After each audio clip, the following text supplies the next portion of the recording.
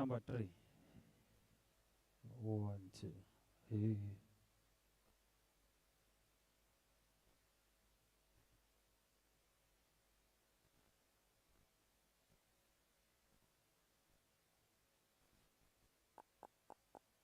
Yeah, 1, 2. Hey, hey, hey, 1, 2.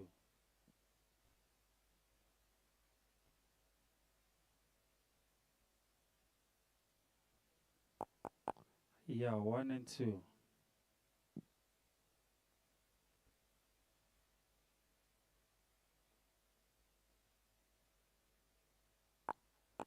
1, 2.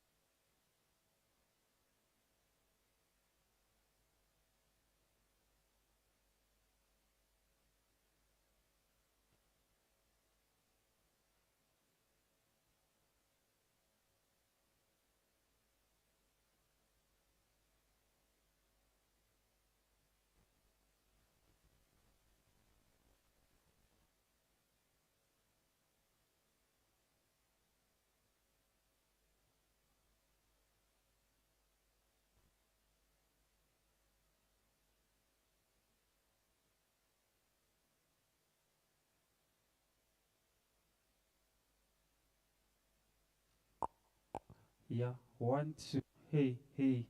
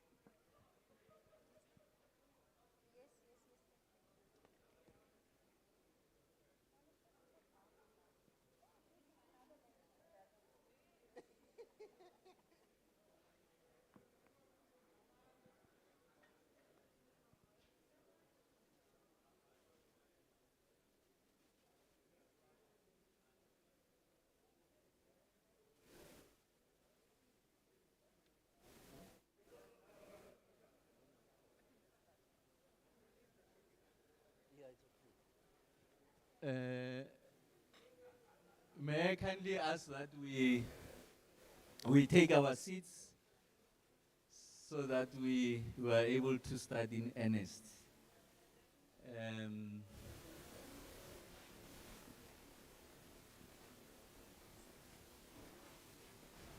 so thank you very much for choosing to join this breakaway session. The focus is on infrastructure finance. My name is Hossein Soramukhup. I'm the head of investments and infrastructure in the presidency, and also the head of Infrastructure South Africa. So the panel will be anchored by our Honorable Minister, Minister Patricia de Lille, who's the Minister of Public Works and Infrastructure. She's going to frame the conversation, but also do a bit of reflection on the kind of progress that we have registered over a passage of time since the inception of the sixth administration as it relates to infrastructure, and in particular infrastructure finance. There's a number of innovative instruments that have been introduced in the public sector infrastructure ecosystem. So the minister will just say a few things about some of those, and also, just like I said, a bit of reflection on infrastructure. And we also have the pleasure of having Ms. Zodwa Mbele, who's a group executive of transacting at the DBSA.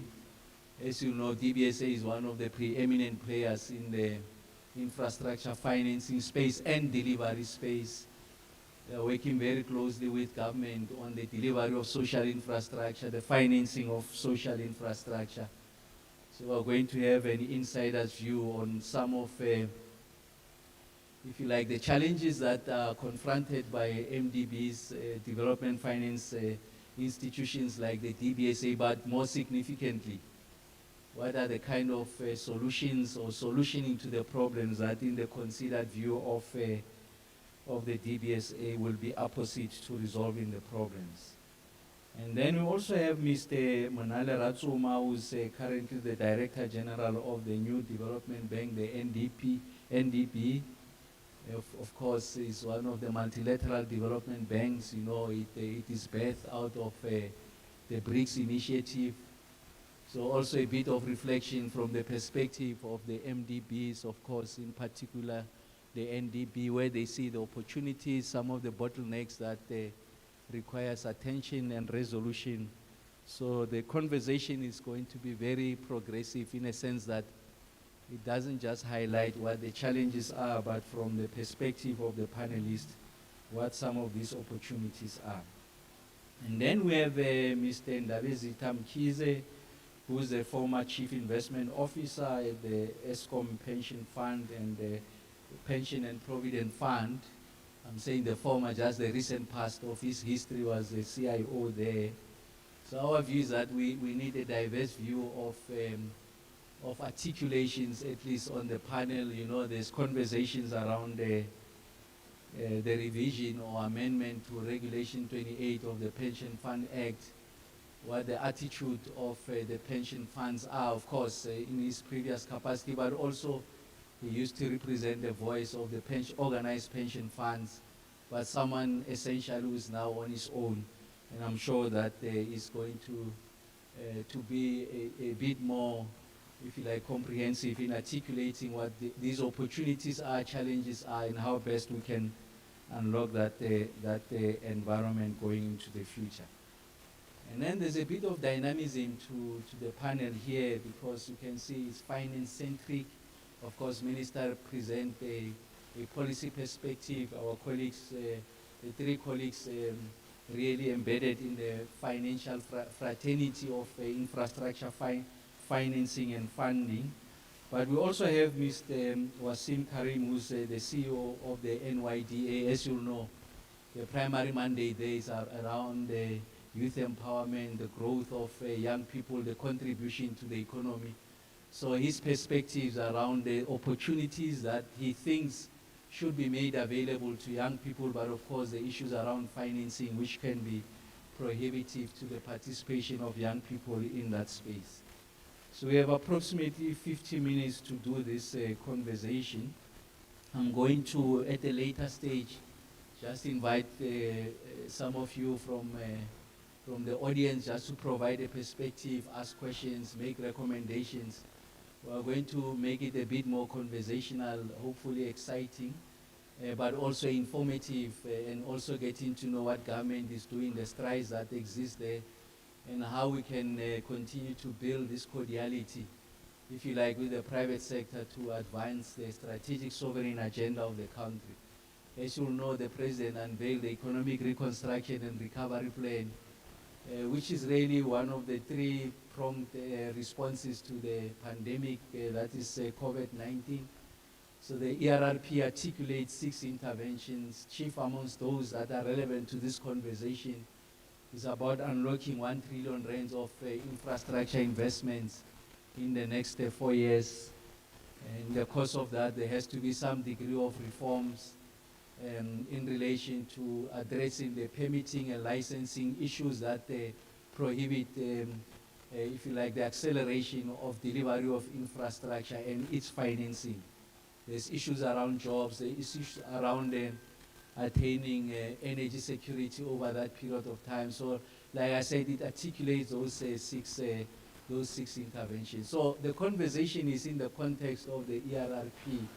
Of course, there are recent events, the Ukraine conflict. There's got implications on the sovereign and our ability to discharge and prosecute some of these mandates, to the extent that is going to influence our delivery and financing of infrastructure. We'll get to know from both the panel and the audience. So I want to really take the opportunity to invite Minister Dilil, who will be seated for the duration of this. I just needed to grab your attention. Minister Dilil will then frame the conversation. Like I said, it's a conversation, and then it will be a bit more interactive, and I'll ask a bit more pointed questions to our colleagues, the panelists. I hand over to Minister Dilil. Thanks, Minister, for making time. Thank you, Dr. Ramagopa, and good morning to all, and thank you for joining us here. I will be very brief just to set the scene as to where we are coming from, where we are going to, and where are we now. And just repeat, the role of government is to create the conditions conducive and the environment for the private sector to help us to create jobs. Government cannot do it alone. Quickly to take you back, 2019, reconfiguration of government, an infrastructure department is established, first time in our new democracy, to bring all infrastructure together. With that mandate came the first 2 instructions from the President, was to establish the new department, and by establishing the new department, we also established Infrastructure South Africa. That is the administrative arm and coordinating arm of infrastructure, headed by Dr. Socio-Economic Ramagopa. The second task that we were given by the President was to say, let's put together an infrastructure investment plan.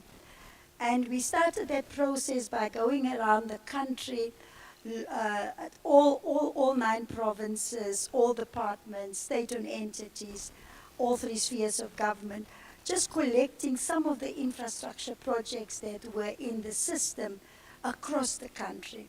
But we then develop a new methodology to assess all infrastructure projects to make sure that they are bankable.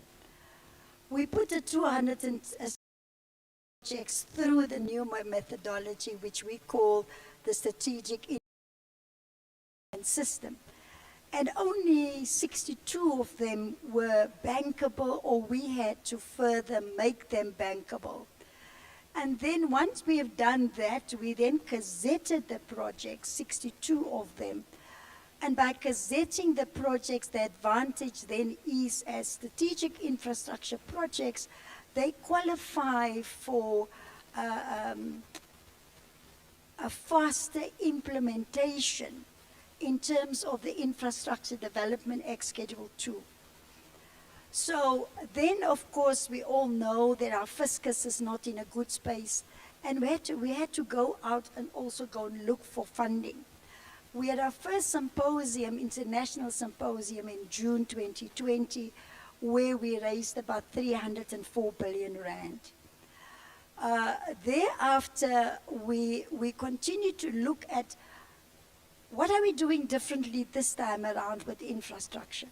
And what we've introduced for all infrastructure projects is project preparation. Because project preparation will de-risk the projects. We got 440 million rand from National Treasury. That was not enough.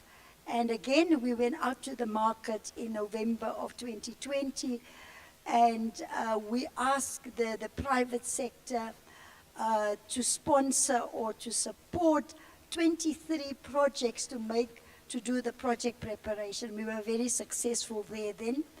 Then in 2021, we went out again. But in 2021, we added another 55 projects to the 62 projects that we've got already. And again, you know, to the value of about 595 billion. But there is a shortfall of around 440 billion. And that is what we are looking at. How can we partner with the private sector? Government cannot do it alone. And so we have seen a great response from the private sector, and also in terms of lack of skills within government. At any point in time, we have between 25 to 42 people coming from the private sector assisting us with those much needed skills. But we've also put a panel together of all professionals in the build environment, 30 specialists that we can call on any time as and when needed. So where are we now? We really need to look at, yes, this is the beginning of putting all of those projects out to the market. But we do have to, as the construction sector, we need to increase our contribution to GDP. And that is where we need the help of the private sector. We need to see more cranes out there. But to bring more certainty to the market in terms of where are we going with infrastructure, another task that we were given was to develop a national infrastructure plan up to 2050. And not only have we delivered the plan, it was approved by Cabinet on the 9th of March, but we also started with a 3-year implementation plan of the 2050 plan. So there are many projects where we've made great progress, and Dr. Ramagopa can speak to some of those specific projects. But the National Infrastructure Plan 2050 is there now. Another important piece of policy that will be considered by Cabinet in the next 2 weeks is the National Spatial Development Framework. So for now, with the National Spatial Development Framework, we overlay it over the National Infrastructure Plan of 2050, and you'll be able to see exactly what infrastructure is needed where, and also in terms of what pieces of our country is zoned for agriculture. We've only got about 9% arable land. And especially in our cities, we need to begin to integrate our cities. We must deal with apartheid spatial planning. We cannot continue to put our people far out of the cities, poor people spending 40% of their budget just to travel to and from work. So these two policy documents must be bringing certainty to the construction industry as to where and what direction government is moving to. But what is also critical, we also need to know from the private sector, what is your thinking, what is your vision, what is your direction, where are you going to? So for instance, if you decide, for instance, that you want to do a development, say here in Sandton, then government need to know that we need to direct our resources to deliver the bulk infrastructure so that you can do your development. And that kind of coordination is still a bit weak. We are doing as best as we can. We have set up infrastructure investment offices in all 9 provinces, in the offices of the premiers. We're also working together with all the metropolitans. And then the 5 sectors that we are now focusing on, which is energy, transport, water, ICT, and human settlements. But the second phase of the NIP 2050 will be looking more at the needs and social infrastructure. And Dr. Ramagopa can explain to you that to deal with social infrastructure, the lack of basic services in our schools, we have now established a special purpose vehicle that can just drive social infrastructure and deal with the backlog in our country. So for the current financial year coming, we will be dealing with schools without ablution facilities, without sanitation, without water. We're starting in 2 provinces, one in the Eastern Cape and then also in the Northern Cape. So there's a lot of information, you know, that is available. And I would really like to put the challenge to you too, to approach us. I'm just tired of sometimes hearing people saying nothing is going on. If you don't know what is going on, don't make the assumption that nothing is happening. Because that is the tendency in South Africa. We will be able to share with you that information, but also the opportunities for the private sector. We do want to work with the private sector. And we would like to see more investment from the private sector in infrastructure. So I'm really saying to you today, there are lots of opportunities existing and that will still be coming. While we've put out the 62 projects, another 55 last year in 2021, we are building a new pipeline. Then just lastly, to end off with is that to show government's commitment, government has committed 100 billion rand in the infrastructure fund for the next 10 years. And the way the infrastructure fund is operating, we made it operational only in 2020, but it is housed at the development bank. But then we've got an infrastructure investment committee consisting of the public sector and the private sector where we consider many projects. Just to give you one example of how we operate, because the infrastructure fund is a blended fund. So Minister Motsoaledi come to us and say, I want to build 9 one-stop shops at our land post of border entry. And then he says the total value of the project is 15 billion. It comes to the infrastructure fund, we give 3.5 billion rand. And the rest we go out and get the private sector to come on board. So that is a commitment from government. We're working very closely with National Treasury. So just broad policy issues that I want to share with you. And if there are any questions that we have not addressed for now, you can ask us some questions afterwards. Doc, I think that is just to set the scene. Thank you very much.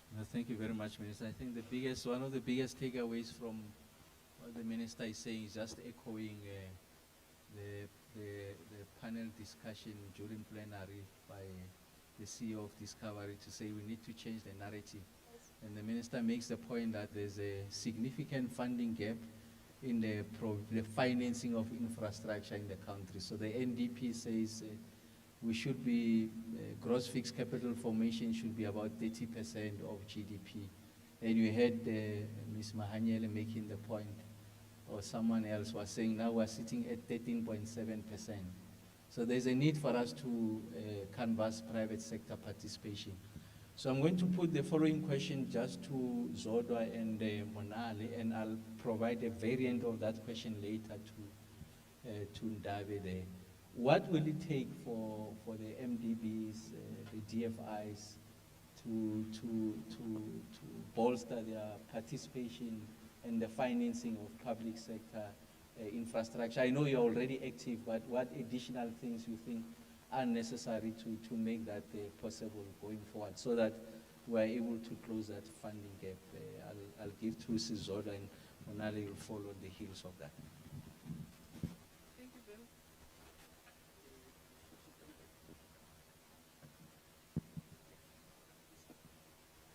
Can you hear me?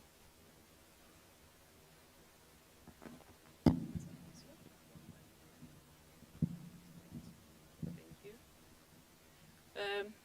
Much better. Thank you, Doc. Thank you, Minister, for just that outline. As indicated, I work for Development Bank and of Southern Africa, and just our mandate specifically is to finance infrastructure. And we've been doing that for almost more than 30 years as a bank. Now, the challenge, which is what I'm trying to answer your question on, you know, money has always not been a problem. The problem is bankable project, lack of bankable project. And the bank realized that many years ago, or about 6 years ago or so, that because there's that challenge of the lack of bankable project, we need to come up with a project prep facility, which is a project preparation team. But even then, with the project preparation, we also look into projects that have gone past the pre-feasibility stage, just edging towards the bankability stage of the feasibility, which is the next phase. So for me, from where I'm sitting, I still believe that there is still an opportunity to prop up the project preparation facility at the phase between the pre-feasibility and post-concept phase. There lies in the gap. We still need that. Because even the seeds projects that you have opened, programs that you have spoken about, I think no one is taking projects forward, not because no one is unable to do so, but the right funding for that is still missing. And I think we need to get more of that. I know, Minister, I acknowledge the 400 million from government. I do believe it's not really sufficient as well. So, and coupled to the funding, the skill sets to develop a project to a bankable stage, there's very few entities. I'm lucky because I have both experience of bringing a project from concept to bankability, as well as funding the project, because I've worked for an entity like TCTA. It's one of the few that specialize in that work. It's a very scarce skill, and it's also a very lean and mean organization, very specialized. So it's a skill that you don't easily get, other than to get it from the likes of the PwCs, very few. But that skill set is very critical. To appraise a bankable project from the financing point of view is the easiest of them all. So I'm talking from that experience that we lack that skills. If we have enough funding, we can even import if there's a need to import on a specialized or on panel basis, but also focus on the gap that I've just mentioned. Because, as I say, even our project preparation, hasn't scratched even the surface, because also people get discouraged when they knock at our doors. They just realize we need something that has gone beyond pre-feasibility, that is just awaiting one or two maybe environmental clearance, or just one matter that needs to be unblocked. So I do see that, and I appreciate that the role of ISA, in unblocking the bottlenecks. But I do think you also need more capacity other than unblocking, but for the project prep, so that you can accelerate the seeds programs that we've spoken about, because they just lack that capacity in terms of, and so that is a challenge that has not only been recognized by the DBSA, it's been recognized by many DFIs. And if you look at the region, there's so many new DFIs that are, like Africa 50, who are focusing on just the project preparation part, because we've realized That's a skill that is what really makes the program not to move forward. And we would very much know that infrastructure is very catalytic in its nature. You cannot have these investments that have been just announced if we don't have at least the 4 sectors of infrastructure: the water, telecommunications, and energy. No one will come in here. So it's very important. Hence, most of these MDBs, went a step back to say, let's do more upstream work rather than to focus on the financing, because we'll never get these programs, ongoing. I'm sure my colleagues will talk about other challenges. But the other challenges that we also see, please stop me wherever you feel, because I can go to town. So the other challenges that we also see, if you look at the municipality, you have property development companies who want to establish a township, but they get stuck. They may want to fund. I mean, we are ready with funding, the bulk infrastructure which is within the competence of the municipality. So we need the municipality to come on board. If municipality doesn't have money, DBSA is there and other institutions available to provide funding for bulk infrastructure, so to catalyze the property development company to do what they are competent to do. But now there is that gap in talking. Maybe it's not a priority from the municipality, or for some unknown reasons, it's not a priority, and that's not what they are focusing on. So the likes of DBSA will go even an extra mile in helping them to structure. You can have a ring fence program for this establishment, the new township establishment, and you can pay the repayment, you can lend money, and the repayment will come as a result of this property raise that will come from this new establishment. So there's many structures we do front loading. You can go to town about what solutions we have, but we do not have people on the ground as well, because we can do up to so much as a bank, but we do need people from the private sectors who have skills. We do have, of course, willing municipalities and the SOEs who will allow that. We do need the PPP framework to also be revised, because if you look at the ministry, to be fair to them, even if they issue a tender on a PPP basis, there's a tender that we're looking to work on that project for almost 3 years. It took longer because for each gate stage, they need to go back to national treasure. It doesn't work like that, in real life. And similarly, with your budget facility, it doesn't work that they can go once a year for budget allocation. Maybe you need a special dispensation as well, go to maybe 3 times a year, where we can do some front loading of some sort, or the likes of the DBSA and NDB can do the front loading on the back of the budget allocation that will come over a period of years, not 3 years, but elongate it to 10 years, so that you can see through, because you still want to be paid back at the end of the day as financiers. Thank you. No, thank you very much. Thanks, Doc, and thanks to the Minister for the opening remarks. I want to just really pick on what Zora was saying on project preparation. I think it's widely understood that we don't suffer from a financing gap in South Africa, if we were to focus on that as a context.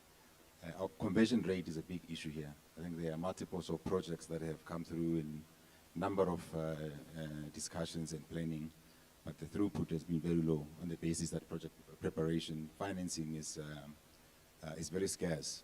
But there are partners that are missing in the room as well when you're talking about project preparation, because much of the emphasis will be either on the DFIs, on the MDBs, and government providing financing.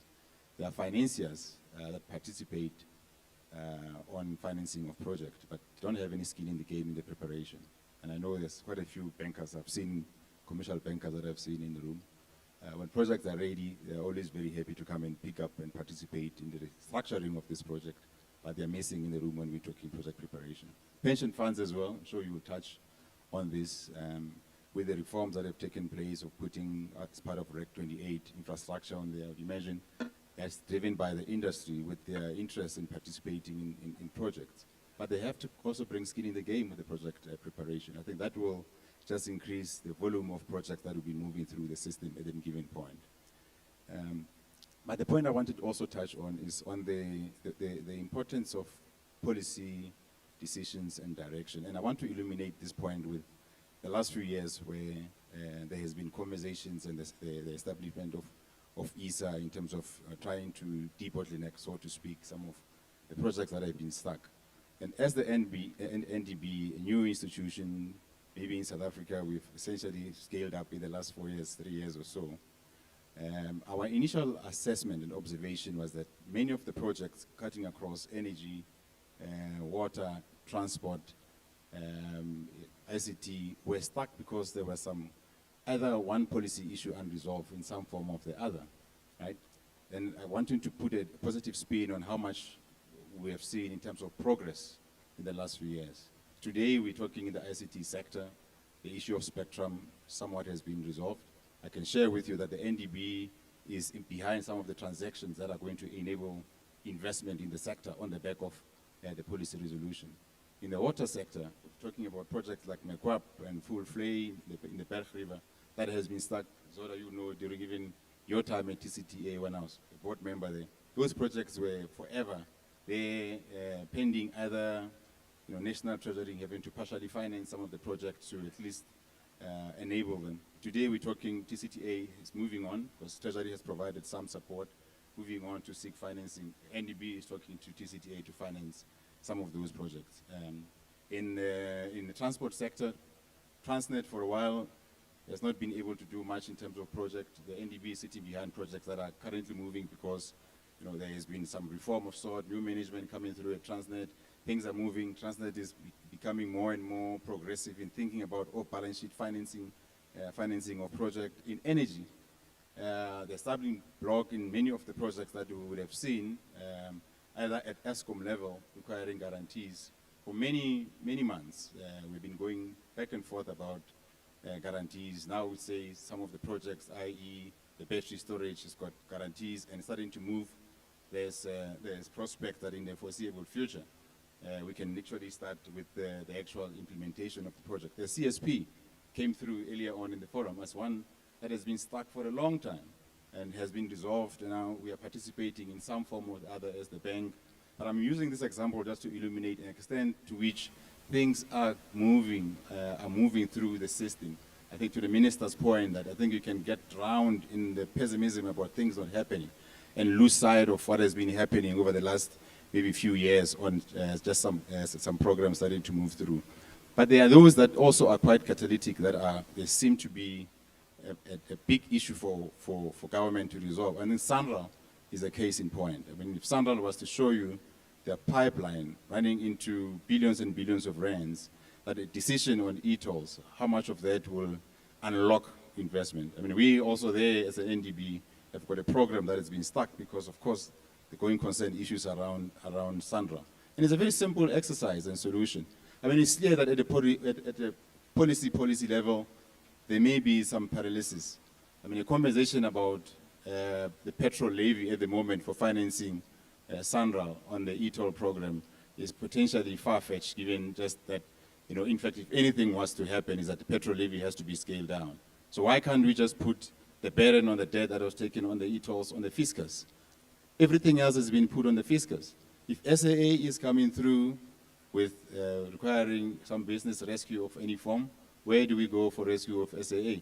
We go to the fiscus. If ESCOM is asking for resources for their own struggles, where do we go? We go to the fiscus. TENEL or FIFI Higher Education, we all run into the fiscus, but we run into the fiscus reactionary when there is pressure and something is about to snap. The risk here is that in a few years' time, something may possibly snap at Sandra. So I think and I'm using this policy context to just illuminate the extent to which it's quite important that as part of this infrastructure financing, we impose the importance of policy both from positive aspect and also the negative aspect of it. No, thanks, Manag.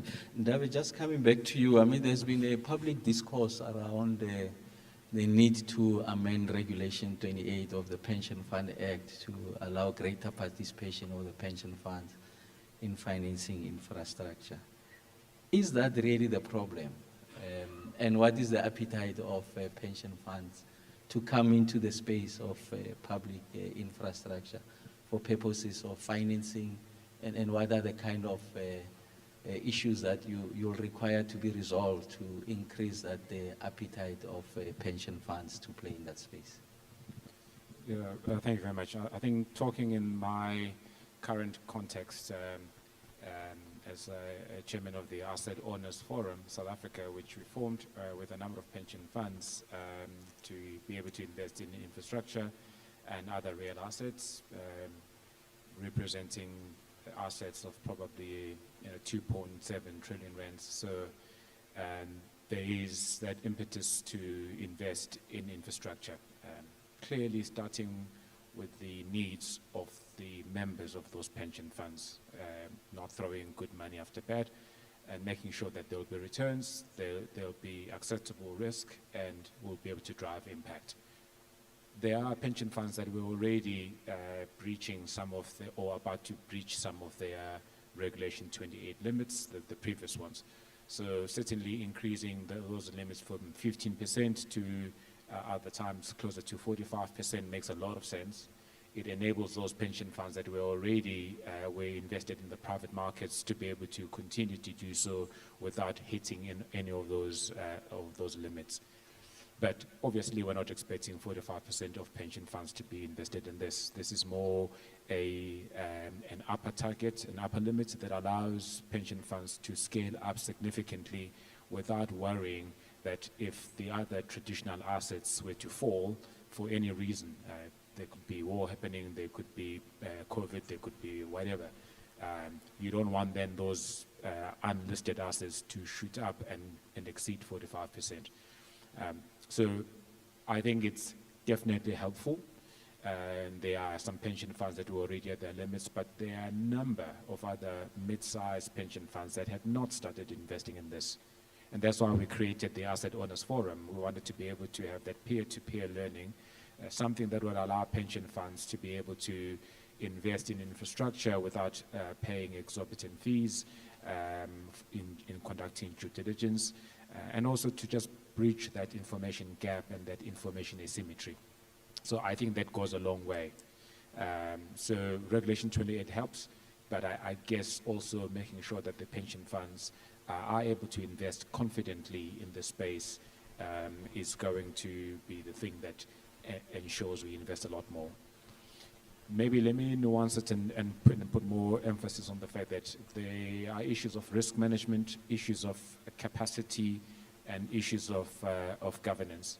And on risk management, certainly there's a need for blended finance, something that's going to be a first loss tranche, and then the other tranche that allows commercial investors to be able to invest. By commercial, I mean pension funds, I mean banks, asset managers.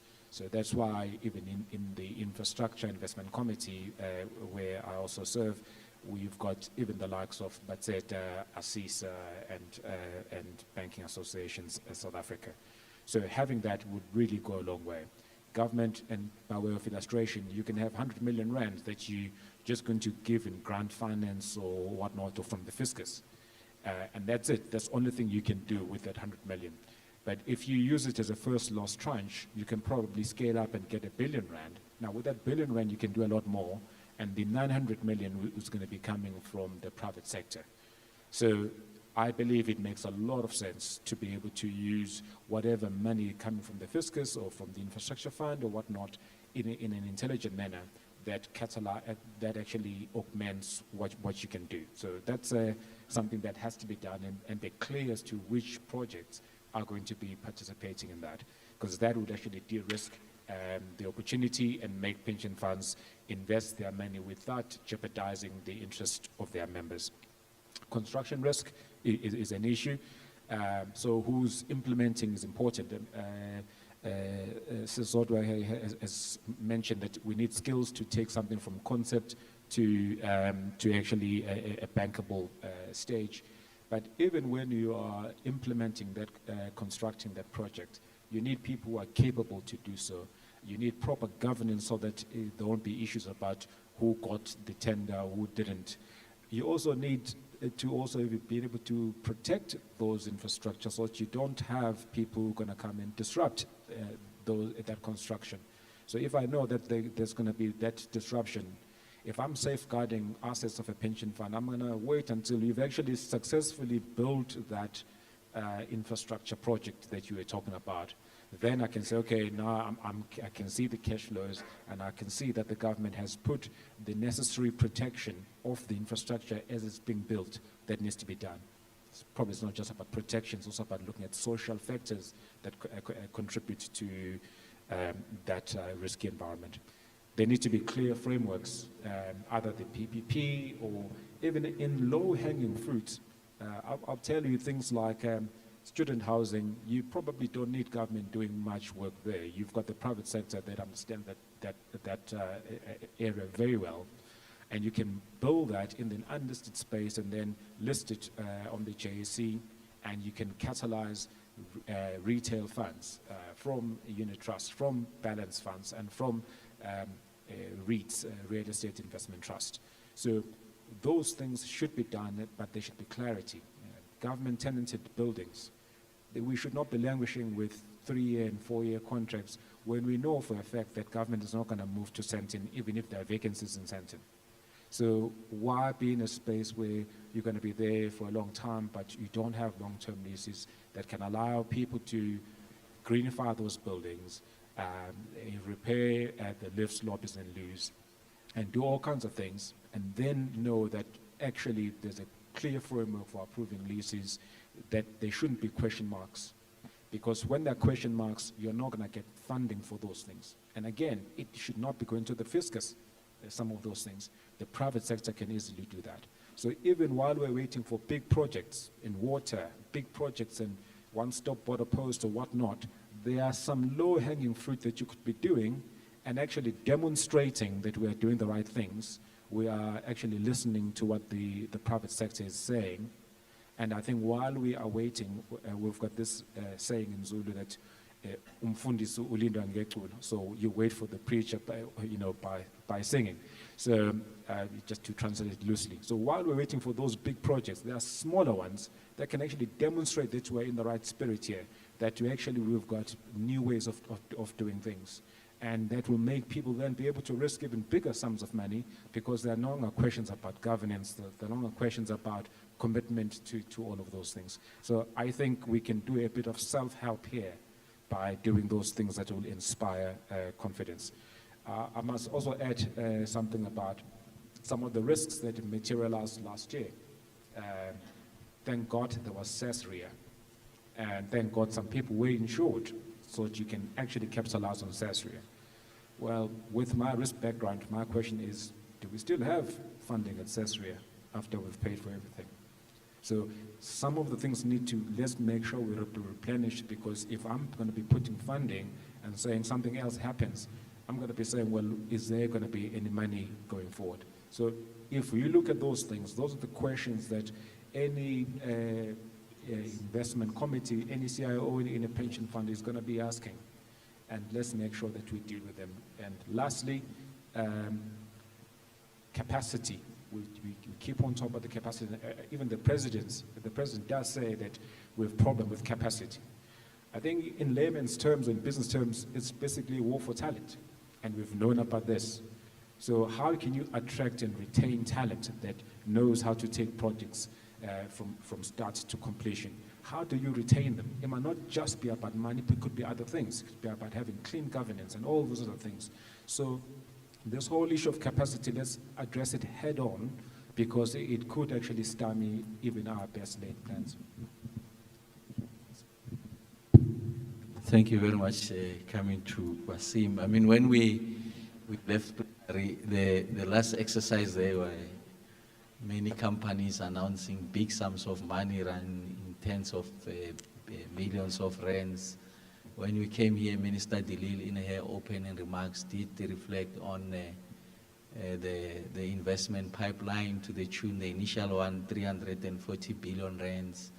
And our colleagues from the financing fraternity, they talk about money not being the problem, address the issues around capacity. I mean, we know that your constituency is disproportionately affected by the social ills, in particular unemployment. What do you think are some of the things that are required to make it possible for them to have a share of what was announced during plenary, share of what the minister was announcing and what our colleagues are saying? What are those things that you think should be done, including questions around skills? Thanks, Dr. People here are much cleverer than I am. I work in youth development, not infrastructure finances. But hearing what the colleagues have said is that effectively we're trying to solve a problem here that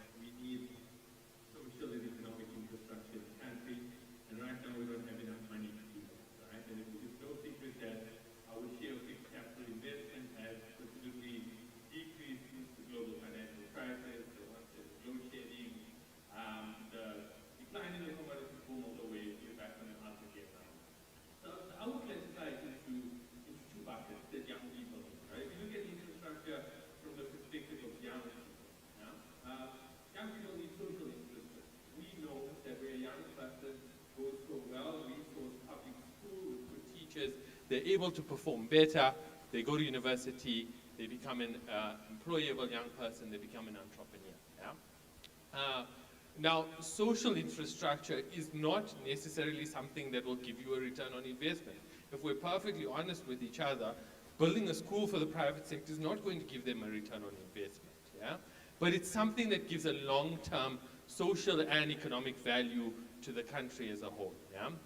And I think none of us feel good about the fact that we still have things like pit latrines in 2022. So I think there's space, as the colleagues have alluded to, that you do create the space where government fronts some of the money and you create some level of private sector involvement with a decent return on investment that's deferred over a period of time that allows you to deliver good quality public services now.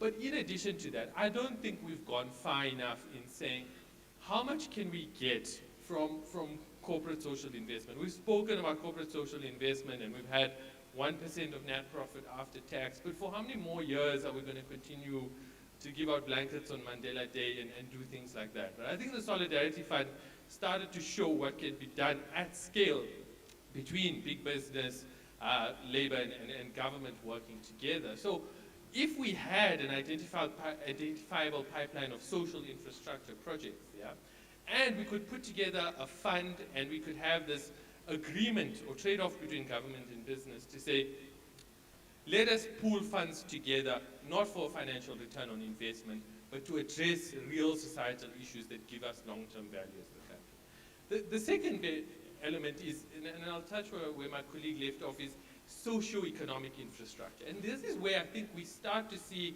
that there is return on investment for the private sector. But that word I like is bankable projects. I think we look at bankable from different perspectives, right? Now, student accommodation, for one, a lot of people might look at students in universities and see the protests and see the difficulties, and they might say, well, that's not an investable opportunity, right? But you look at something like student accommodation, there will always be money in the system that subsidizes student accommodation, whether it be NSFAS or private scholarships or bursaries, that allows circulation of money in that system. And that means you've always got the possibility of a return on investment. Yeah? Again, we see at the start of every year young people sleeping in libraries, and then none of it makes us feel good, right? But there's real opportunity, I think, with government subsidy and incentive for the private sector to be able to invest in socio-economic infrastructure. And it's not just student accommodation. The Gauteng Township Economic Development Bill, which again will give subsidies, proposes the establishment of high streets in townships, right? Where you establish retail sort of chains, again, that will generate positive return on investment. And there's a number of other opportunities, I think, for socio-economic infrastructure to be able to thrive. Last point I'd like to make, because I think we're struggling for time, is we always fight for the little guy, yeah? And I think that infrastructure conversations must take into account informal and micro enterprises who are doing great work in the construction sector, right? To a lot of the time, those people are invisible to us, yeah? You'll see them at cash balls, you'll see them at Builders Warehouse, yeah? You'll see them on the back of buckies in the morning. And you have a lot of young people who have construction skills who need subsidized support for either getting their accreditation or some level of cash flow support. A lot of them don't need access to finance, yeah? And I think we need to make sure, as we move into this new phase of preferential procurement regulations, that we do accommodate the small guy in these many billions that we talk about investing. Thanks. Thanks, Wasim. I just want to carry through the theme of social infrastructure and perhaps put it to Sizodo and Dabe. What are the kind of instruments that we can put in place to make it possible for the pension funds and the DFIs to look favorably at financing social infrastructure? So, well, thanks for the question. So one of the things that we could always do, if you look at the social infrastructure, student accommodation in particular, government would have to provide funding as part of their, budget allocation over a 3-year term, the framework that they use. But the construction is not going to wait for 3 years. You can't do stop and start. You're an engineer, you know better, the stop and start, the cost escalates. So what you need to do, you need institutions like ourselves who can front load the project, that program. As the allocation happen in terms of repaying us, but the progress, by the time the allocation comes into play, I mean, student accommodation can take you a year or less to construct. We are done, you know, the students are occupying, then we're talking the allocation that we are now dependent on as financiers for the government to pay us. It's simple as that. It's just to accelerate infrastructure, not to match it with the funding that is available. It's never going to work. That's just a simple example, and it applies to other areas too. But I also wanted to say, just last, if you allow me to indulge, on the youth, we were also, you know, role-playing the other day with my colleagues to say, because there's high unemployment, you know, if you have a graduate who comes from Karankua and she's just inherited land, all she has land, she comes to TBSA, says, hey, look, I'm just a BCom graduate, I've got land from my grandfather, what can you do for me? There's no concept, there's nothing. This is a young graduate, she doesn't even know how to put anything together. We should not chase that young graduate. We should spend and invest time, because potentially we might develop a student accommodation from that land because it's closer to the academic institutions. So we just need to go a step further as DFIs as well, and just put time and heart in helping, you know, some of the potential opportunities. Thanks.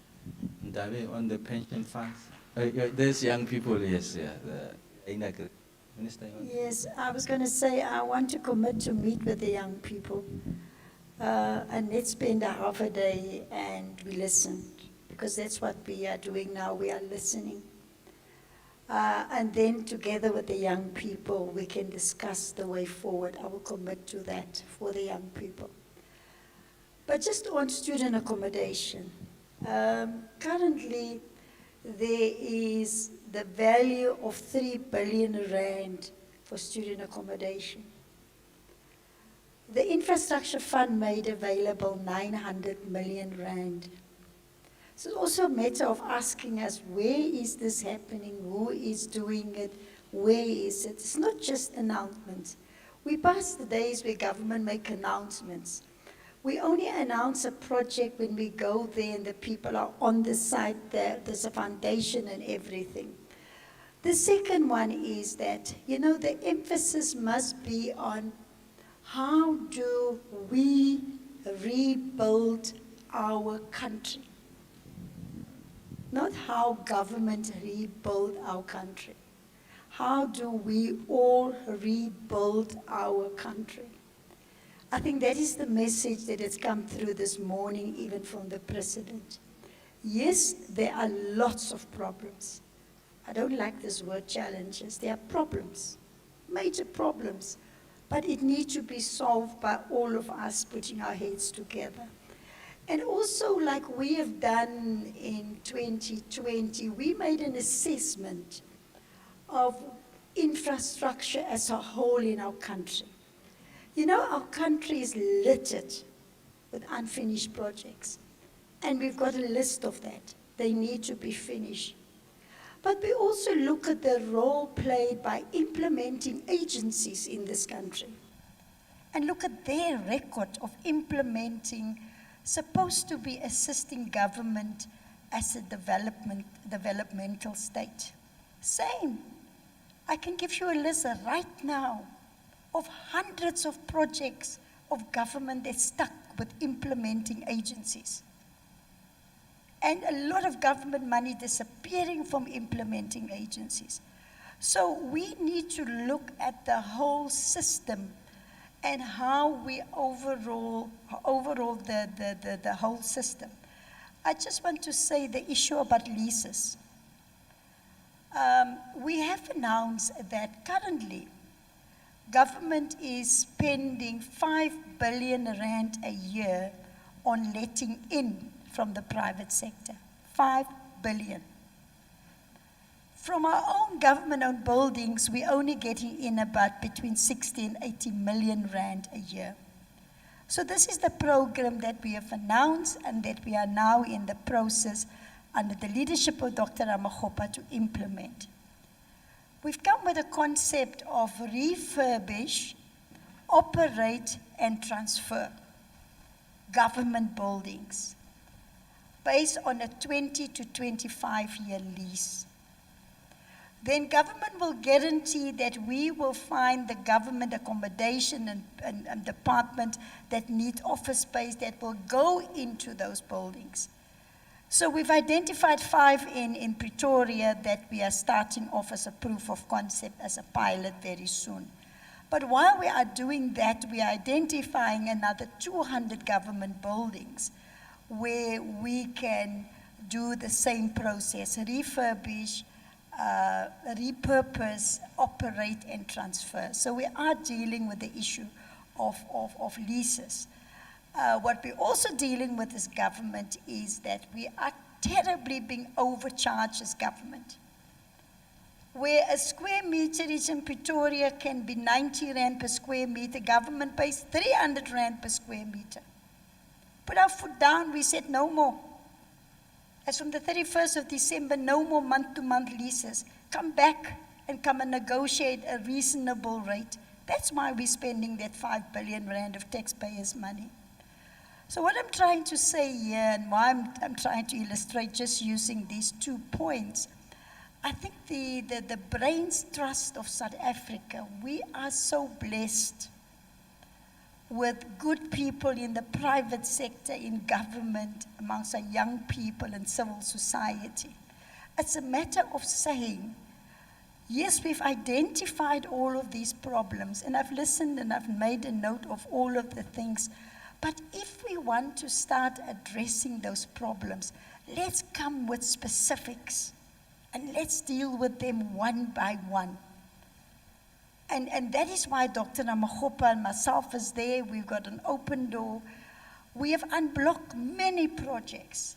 We've got a forum with all director generals sitting under the leadership. If you've got problem with the water license, if you've got problems with the EIA from the environmental department, I'm trying to say we are really trying.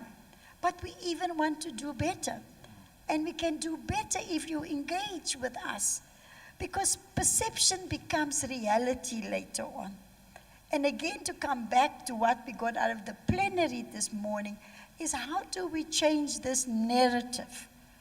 And that is what we have been trying to do in the past 2 years.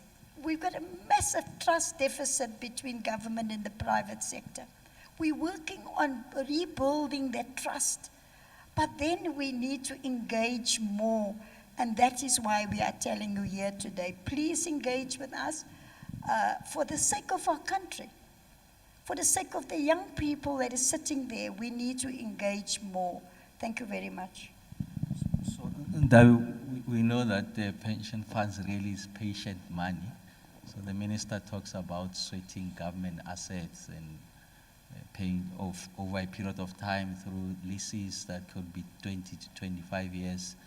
We have recently concluded a study on the basic school infrastructure backlogs. For those of you who don't know, there's about 3,225 of school backlogs in one form or the other. It could be pit latrines, it could be learners studying under condition of mud schools or prefabricated classrooms. So we have computed that the kind of financing that is required to extinguish those the backlogs, assuming that there's no increases going into the future, which is not necessarily correct, you'll need about 193 billion rand. And at the current rate of fiscal allocation, it's going to take us 68 years to extinguish the existing current backlogs. So the question we're asking, are the pension funds ready to work with government to find a solution where we can make that money available now and perhaps try and pledge something from the fiscals, of course, through National Treasury approval without undermining the fiscal discipline, so that we can address the social infrastructure that Wasim was referring to. I think it's good to see what's the minister saying is already being done. What we can still do more, talking to the issue about schools or other social infrastructure, is actually putting it into a framework like that, where not only you have schools, but you also have hospitals, healthcare. So your social infrastructure would be education, would be healthcare could also be affordable housing. I'm just going to focus on education and healthcare for now. In my previous role, we had allocated some funding or some assets to a real assets mandate globally. And one of those global players actually has assets in Canada that are provincial hospitals. And I can tell you the returns that they're getting there are dependable, and therefore they can be lower than the returns that they'll be getting from wastewater treatment or something like that. So it's still actually viable for them to have it. And the reason why they are low is because that return is dependable. It's from I think it's the Alberta government, provincial government in Canada. We can also do something similar here. We could actually have the refurbishment of all these big hospitals that need to actually service our people, because not all of them can afford to actually be on medical aid and go to other hospitals. And if that money had to be paid up front, the refurbishment, and then we know that over a period of 10 years or 15 years or whatnot, there will be allocations from the fiscus that are going to be coming through. It won't be a question of, next year there's no money available, but there will be some sort of long-term planning of saying we can actually afford to put a R1 billion available, ring fence in a way. So you can, I'm using round numbers, so you can spend 10 billion rand now, knowing that there'll be R1 billion coming through. A framework like that can make the institutional investors understand that when they put money, this is what they can expect to get. It won't be dependent on what the government does later on. It's already a commitment. I think that will go a long way, be it in healthcare, be it in schools. Things like student housing, I think some of them can actually go on their own, but where they need to be supported. Maybe it's not in a big university where there are parents who can pay. Maybe it's in a smaller TVET college, I don't know. But that framework would go a long way towards providing clarity. And if there's clarity, institutional investors will be able to appraise that risk appropriately. So, Munale, as we conclude, earlier on, Sizoda makes the point around the need for government to invest resources, skills upstream of the project life cycle to ensure that the projects are bankable. And in that way, you are able to replenish the pipeline. And for private sector financiers, contractors, they see through, and therefore capacity utilization, especially for manufacturing and construction, can go up. But where you are, what are some of the top 2 things that, in your opinion, in addition, you raise the issues about certainty in relation to the Gauteng Freeway Improvement Project. What are the top 2, 3 things that you think could be done? If they were to be done, they'll increase the appetite of the MDBs to be aggressively in the infrastructure space from a financing point of view. Yeah, the one that is very obvious for us, and you'll see when I tend to lean a lot towards what government can do, and I think by nature of what the bank is about and our mandate, which is large infrastructure investment, you tend to find that infrastructure then in the books of either government or state-owned entities, right? And the value in the exercise that we, or the institution that we are about in the state providing guarantees on projects. So guarantees have become almost a swear word.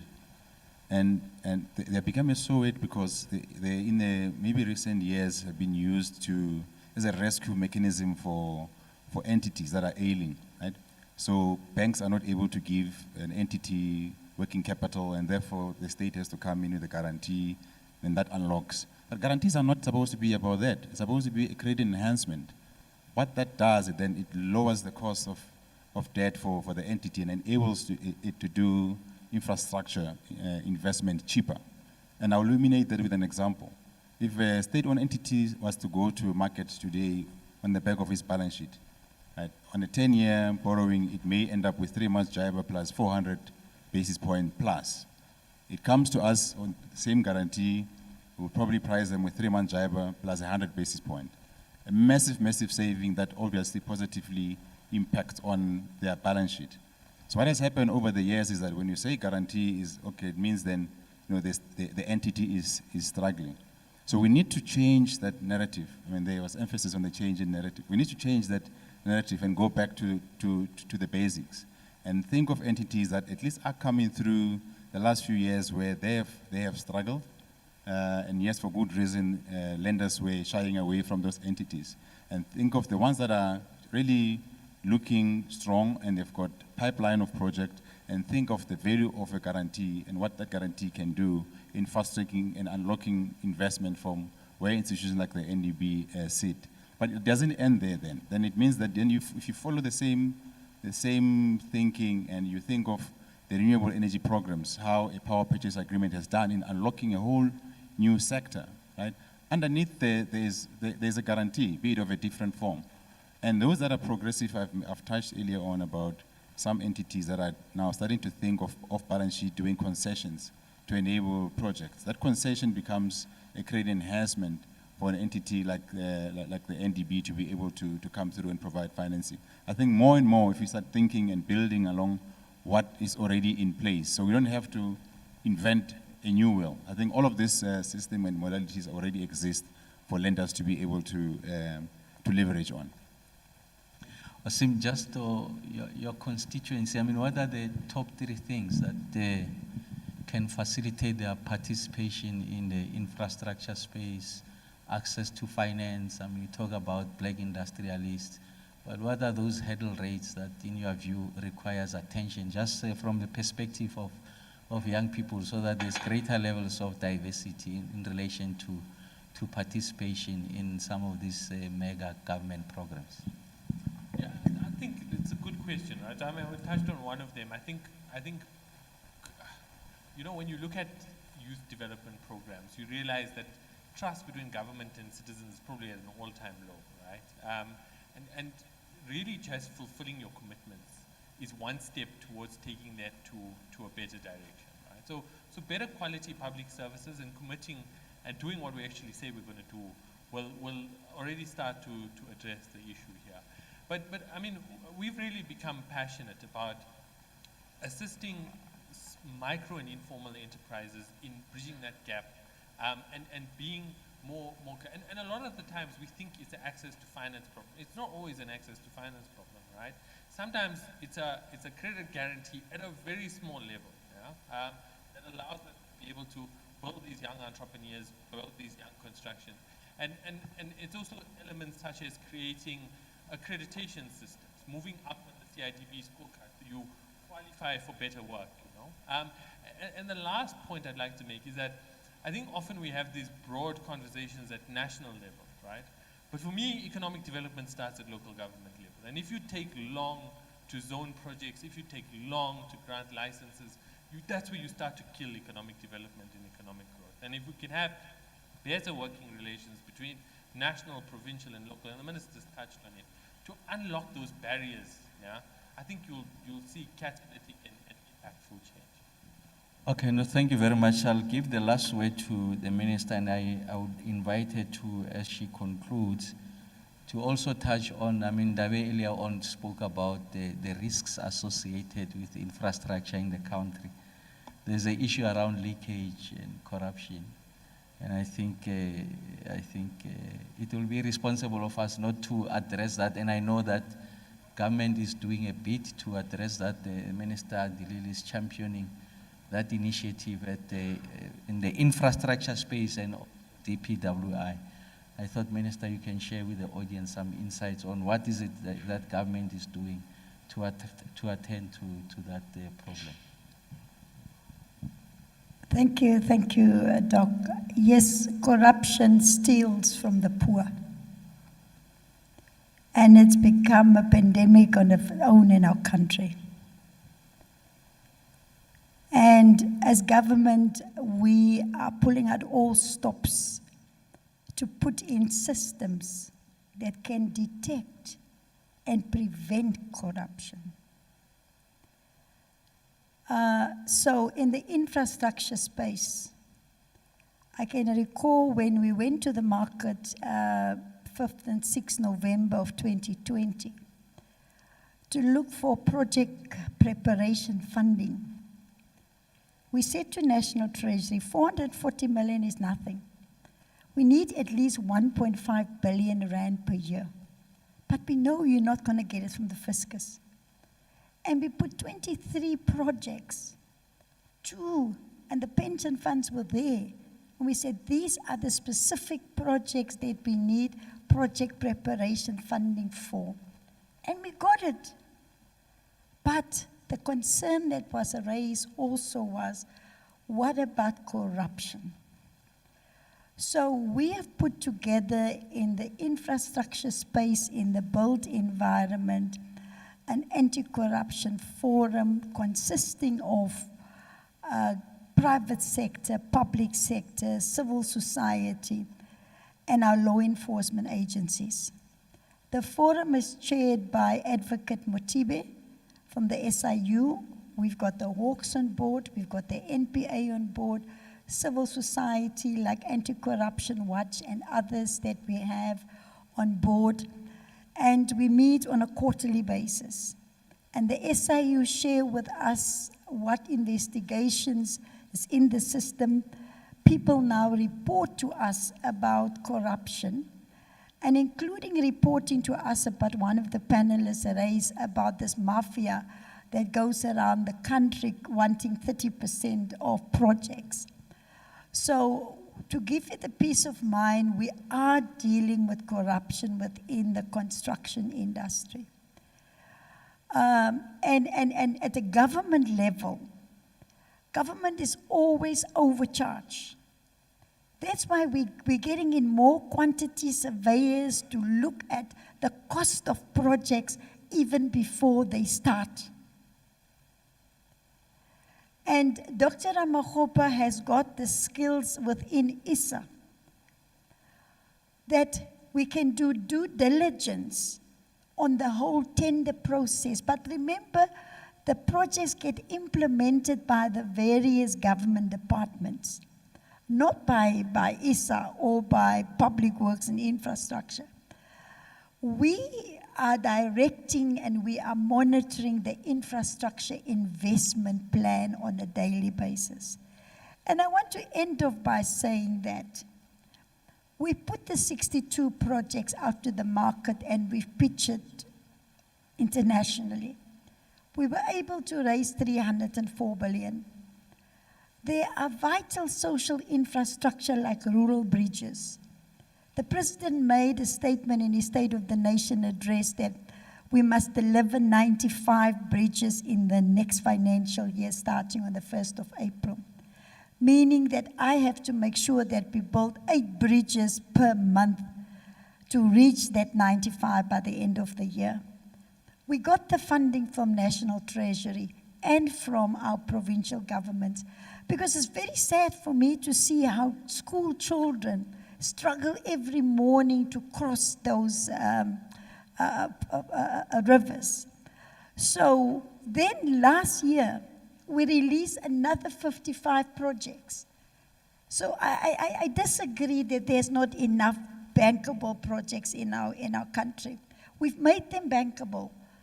They are ready for funding. And I said that those 55 projects is valued at 595 billion rand, and we've got a shortfall of 41 billion rand. Come and ask us about where are those projects.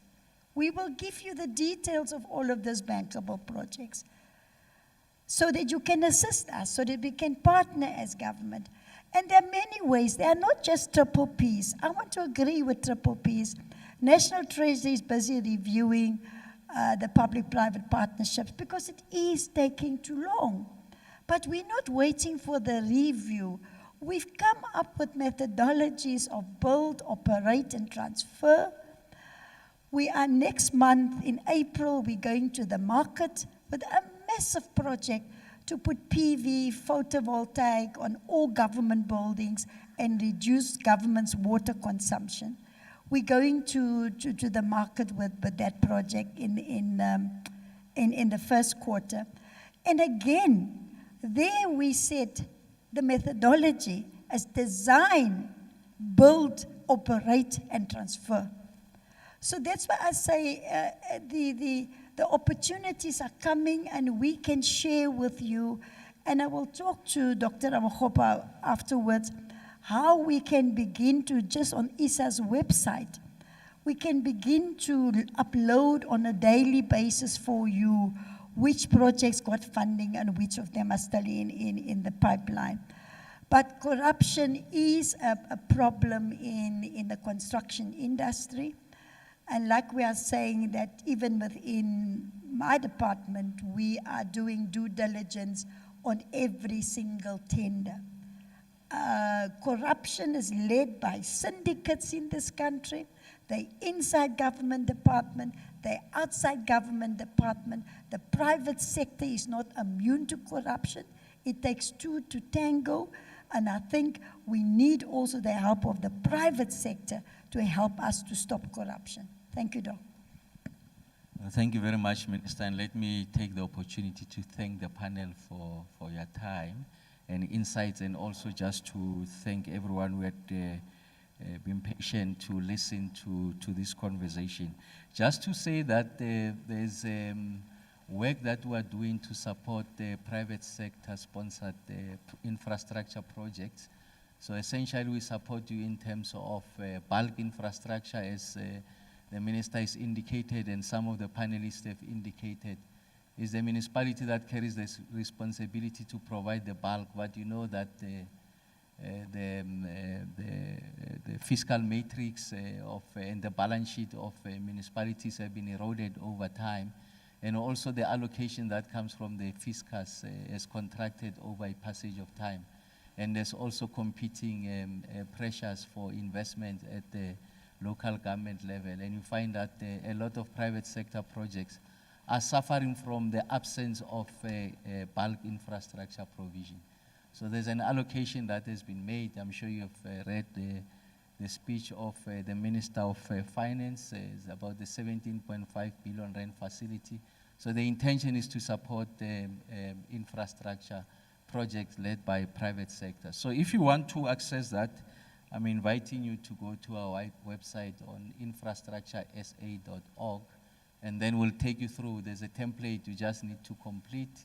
We'll ask you a few basic questions about the project, and then we'll come and sit with you as a project owner and see to it that the project has to be implemented. We're doing this because of the point I raised earlier on. For us to be able to achieve the NDP targets, there's a funding gap of about 598 billion rands per annum.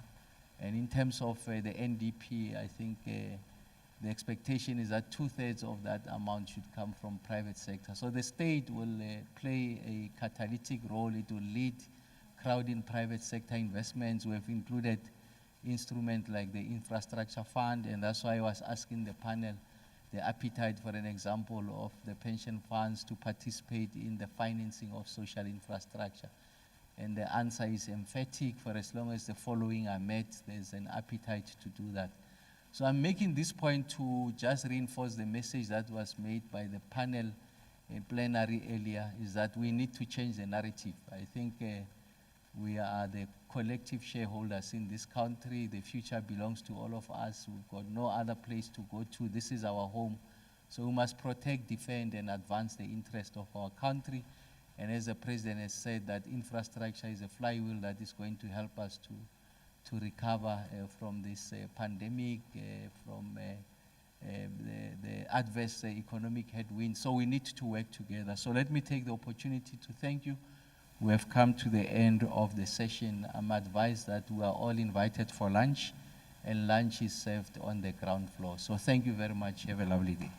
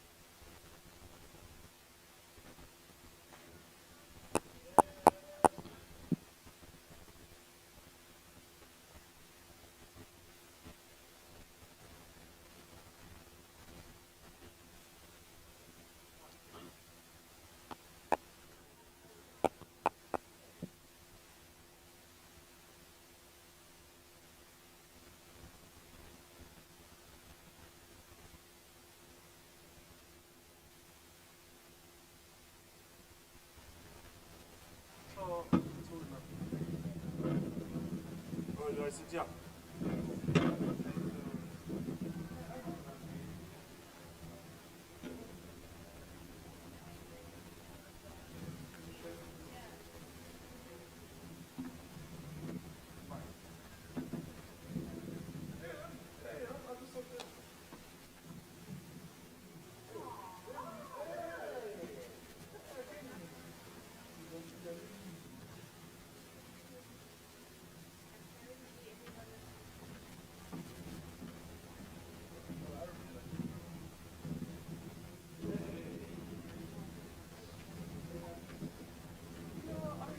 Where do we sit anyway?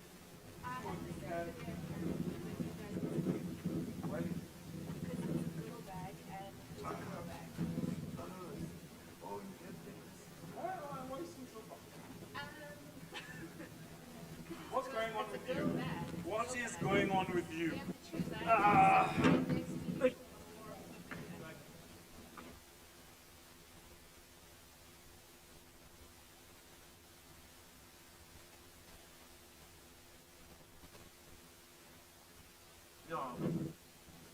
it the color of the day. Sure, guys.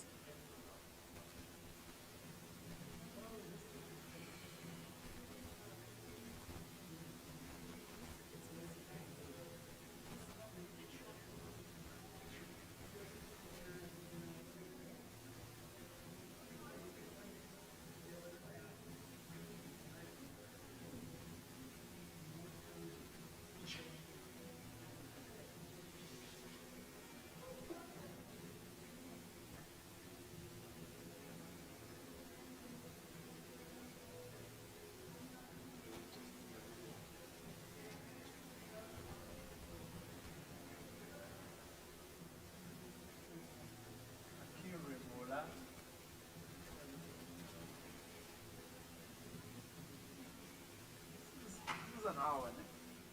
40 minutes. It's supposed to be an hour, but they're running late, so they're going to pull everything back.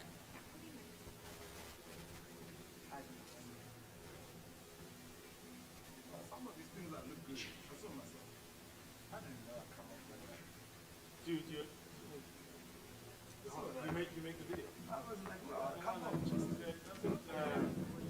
you're like, it's not half bad.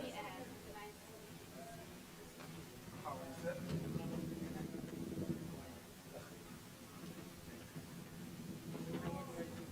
Yeah, right. Right. No, you don't see that.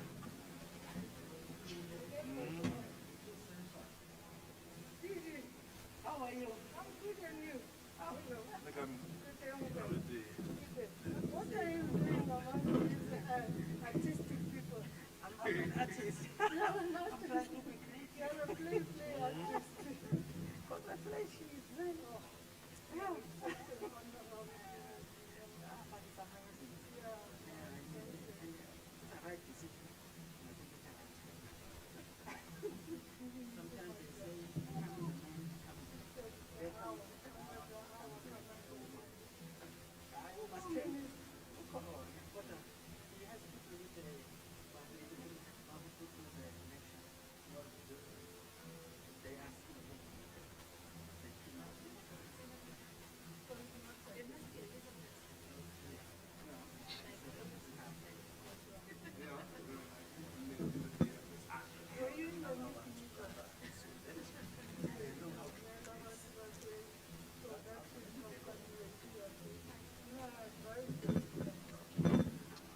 No, and I think they called a whole bunch of other people. They called us quiet. They'll have a good, let's try it now.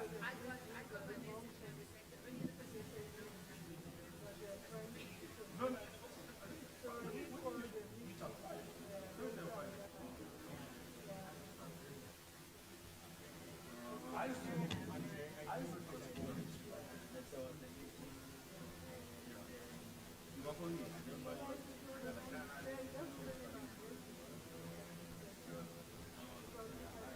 Then we can kick off, yeah. We want to wash out the skull.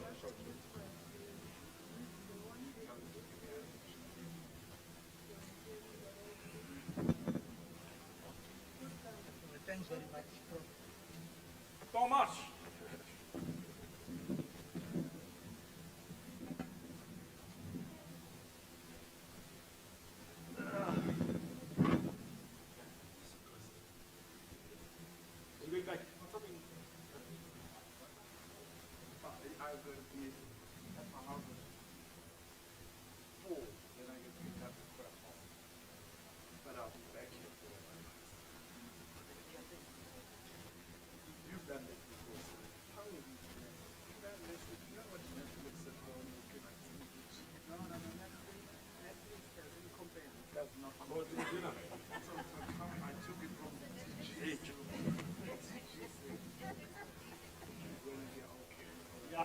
other dinner? Are you staying for dinner? I'm afraid if I go home, it's getting over.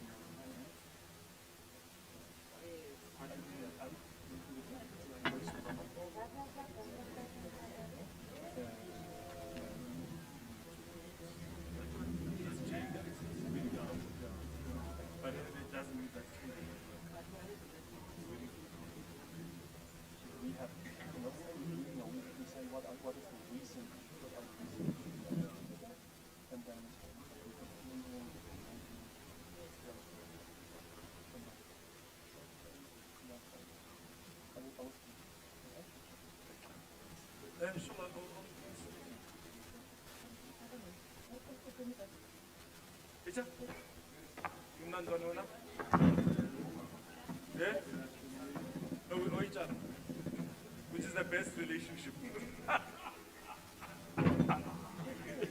Yes, ma'am. We were just waiting for Netflix. Yeah. Not kidding. So everything's shifted. I think we're trying to make time.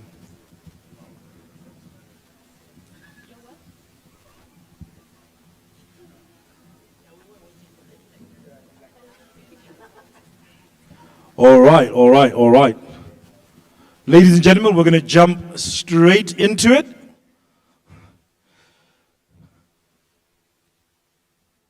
Welcome to the creative production in the digital era panel discussion.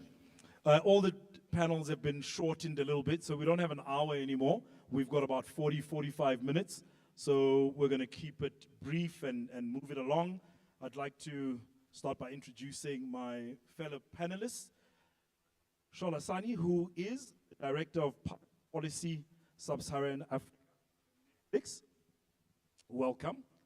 Mr. Vusumuzi Mkhize, who is the Director General at the Department of Sports, Arts and Culture.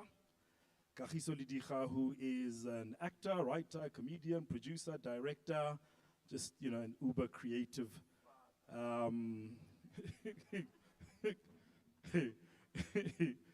And Ms. Lian Kumalo, who is the Managing Director of Seriti Films. So I'm in very accomplished and esteemed company. I'm not sure how I made it on stage, but my name is Pepsi Pukane.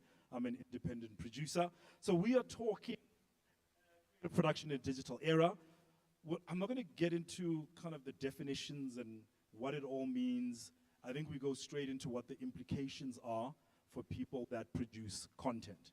And since I'm with filmmakers on stage, we'll deal with, the production of moving pictures and really kind of the big implications of the digital era are, it's changed how we produce content to some degree, but more importantly, it's changed how we distribute content. It's made the world a much smaller place. Kagiso and I were talking about this yesterday. We're like, remember when all we had was Auckland Park and 5,000 rand a minute, and that was the scope of our world. And it had a place, and it prepared us for what we now have, which is a much broader content universe. So this year is the first year at the investment conference where the creative industry have put some money on the table. So we're going to start with a short video from Netflix. It only cost them 929 million. to have their video played at the top of this session. So we're going to start with a short video, and then I'm going to talk to Shola about why South Africa and why the level of investment that Netflix has made. But let's start with the video.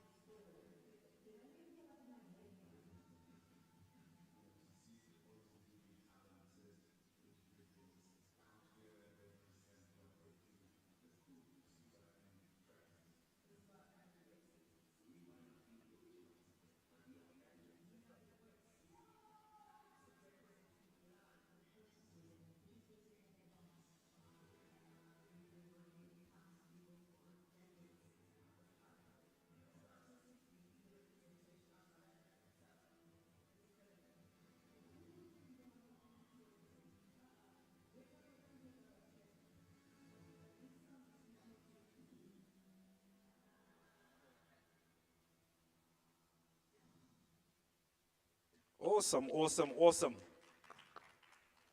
All right, so Shola, we'll start with you. I mean, I think let's talk about how big this opportunity is and what does it mean for African content producers? What does this digital era mean? And how big is this opportunity? And then let's talk about your investment in South Africa and what experience you've had. Thanks, Pepsi. It's a great question. Can you hear me? And part of the answer to that question is right here on the stage. It's right here in these audiences.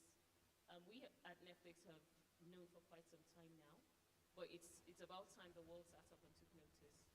The immensity of the talent and the creativity and just the richness of the culture and the South African stories that can come out of here.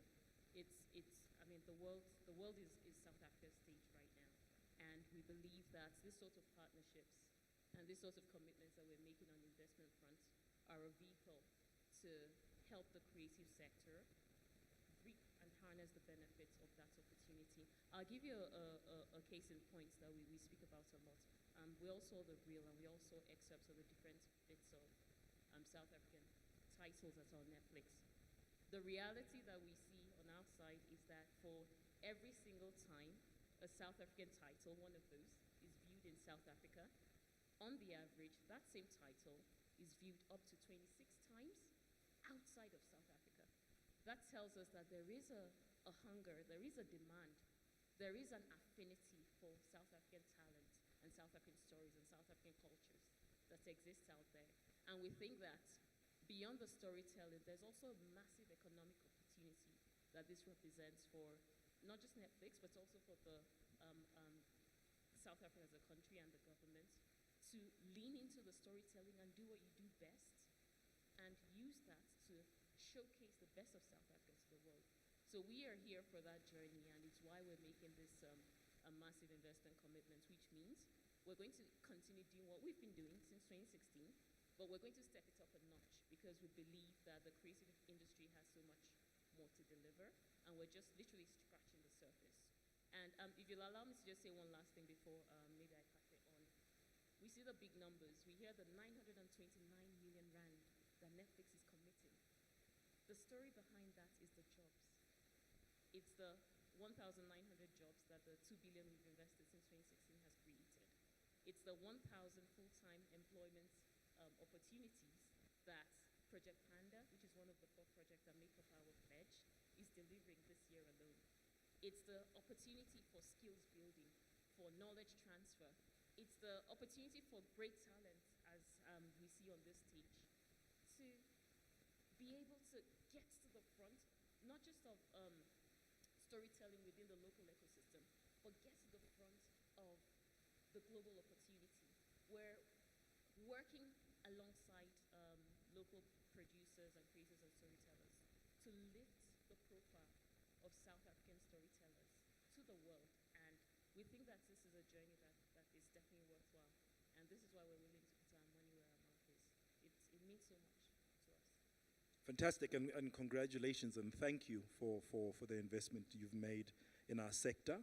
And typically what happens is when a big brand like Netflix makes a big investment, other big brands, global brands also get a level of comfort that the market and the environment is friendly and there's enough talent and skill in a region for them to also make investments. So it's a really, really big thing. Dadem Kiza, I'm going to come back to you because I want to talk policy and what the implications of this digital era are from a policy perspective. Kagiso, I'm going to jump onto you. You're a filmmaker. How has your business, your work evolved from what you were doing 5 years ago to now? And let's talk a little bit about the reality now of intellectual property filmmaking as a very real asset class. And I want to focus on those things because we're at an investment conference. And I think part of our struggle as an industry is we're seen just as storytellers, but we're actually serious businesses. We're a sector that globally in 2021 spent over $220 billion making films and TV content. It's a pretty serious sector. How's your kind of work changed over the years? Thank you, Pepsi. I like saying that. Thank you, Pepsi. Yes. Over to you, Kachis. I mean, that's, I think you kind of touched on it a little bit at the top there, but I just remember when people used to call us the arts, like in that kind of tone that makes you feel like you're a gumboot dancer at a flea market, where it's always kind of like you guys in the arts, you guys, and it was always like almost like a public service, like it's a charity thing that happens, and that, and you can, maybe we commend people like the IDC for weathering that storm, because they kind of believed in this. They put money, they lost a lot of money, but they kept the whole thing afloat for a long time. And then enter the stream as well, Netflix in particular. And then you have now private equity guys coming over and talking about, oh, this is an asset class, because now it finally makes sense as a thing that they can invest in, something that you can say, okay, cool, if I'm putting money into Leanne's movie, it's not just gonna end up at Ster, Kenneco, and then on Mnet, and then that's the life of that thing, that there's like a global potential for it, you know? And also the idea of creating stars, and that at the same time, the idea that if she makes a movie and I'm in it, and, you know, I can be anywhere in the world, and people are like, are you that guy from that movie? You know, so there's just that kind of effect, like on the market, has just been great. It's been phenomenal. And also in the work, because you're making bigger scale productions. As you said, there's obviously Netflix has come in and they're ahead of the game, but there's a whole lot of people that are looking at what they're doing, other streamers, and they're kind of gonna come into the market as well. I mean, I was looking for an editor like this past week. I mean, when you wonder where these 929 million rands go. I was looking for an editor in the past week, and I couldn't find an editor. Like before, like, you know, 4 years ago, 2 years ago, you'd throw a stone and there'd be like 17 editors holding on to that thing. And now you see that a lot of people, there's a lot of skills development happening. When we did Queen Sono, there was, you know, traditionally Cape Town is where you're going to find highly skilled crew. And the sort of the DTI's, one of their demands, one of their measures, like, was kind of black empowerment, you know, getting enough kind of, you know, the skills exchange kind of thing of it. And I remember being on set and really kind of skilled people wondering what kind of set this is, because you're seeing people that are super skilled, that work on these big productions for Hollywood, and then you're also at the same time seeing people that have only been on an SABC production. And at the time we were like, how's it gonna work? We weren't sure if it's a good thing or not, but now 2 years later, you are seeing that that was a real skills transfer, you know, like all the pitfalls, all the kind of rainy days of it was that school fees. And so for me, it was great. It's been empowering across the board. It's a different, we're empowered. So that's great. Thank you, Netflix, but we're also talking to your competition as well and all of that. But yeah, great. Thanks for opening it all up, yo. Thank you. And then just a quick question, and I just want you to... Also, sorry, Yeah. I always like to hog the mic because I'm from the mic business. But there's also the idea of now, I was speaking to somebody earlier about the elasticity of the type of deals that you can also do with Netflix, and the fact that, you know, we can license things now. So apart from the commission, like somebody investing in my business, and yes, I'm going to have work more likely than before, but the idea that I can also develop IP that can be invested in, that I can say to Netflix, do you want to take Africa? They might say, yeah, we'll take Africa and this and that, but there's a whole world that's still open for that IP exploitation, you know, so that is unbelievable. It's the thing that I wanted since I was a child, and it happened in my 40s. I'll take it. It's amazing. It is amazing. Just a quick question. I want you to throw out a number. You're working on a project right now. How big is it? Hey, man, this is... I mean, look, we've got a couple of projects ranging from, I guess, like 7 million rand all the way up to like 150 million rand. You know, and I think traditionally we would be around, you know, the biggest movie we ever made, I guess, it was about 10 million rand. I remember saying we got $1 million to make a movie, and it came out and it was a flop. And it was sad, you know, and everybody was like, yeah, that's how it works. What did you expect? And now in 2019, the movie ended up on Netflix, on a streamer, and now we're talking different. It's like almost like, it's a property, it's a thing that can be further exploited. So yeah, I think I've said enough. Wonderful. Netflix, love me now, let's sign the check, and I can go home, please, thank you. All right, so thank you. Leanne, this IP, intellectual property, there are different models that the streamers like Netflix and others work with, and broadcasters all over the world. And even, you know, the likes of, in fact, just before, we must thank the likes of the SABC and Mnet. All of us are where we are because that's where we started. And the skills base that we have in the country is built by those organizations, and we can now benefit from that. And Mr. Mkhize, I'm going to come back to you and talk about the skills shortage that we have in the industry. I mean, I was commenting to someone the other day to say, guys that I think are like lukewarm, not that good, like take a week to return my call because they're so busy and they've got so much going on.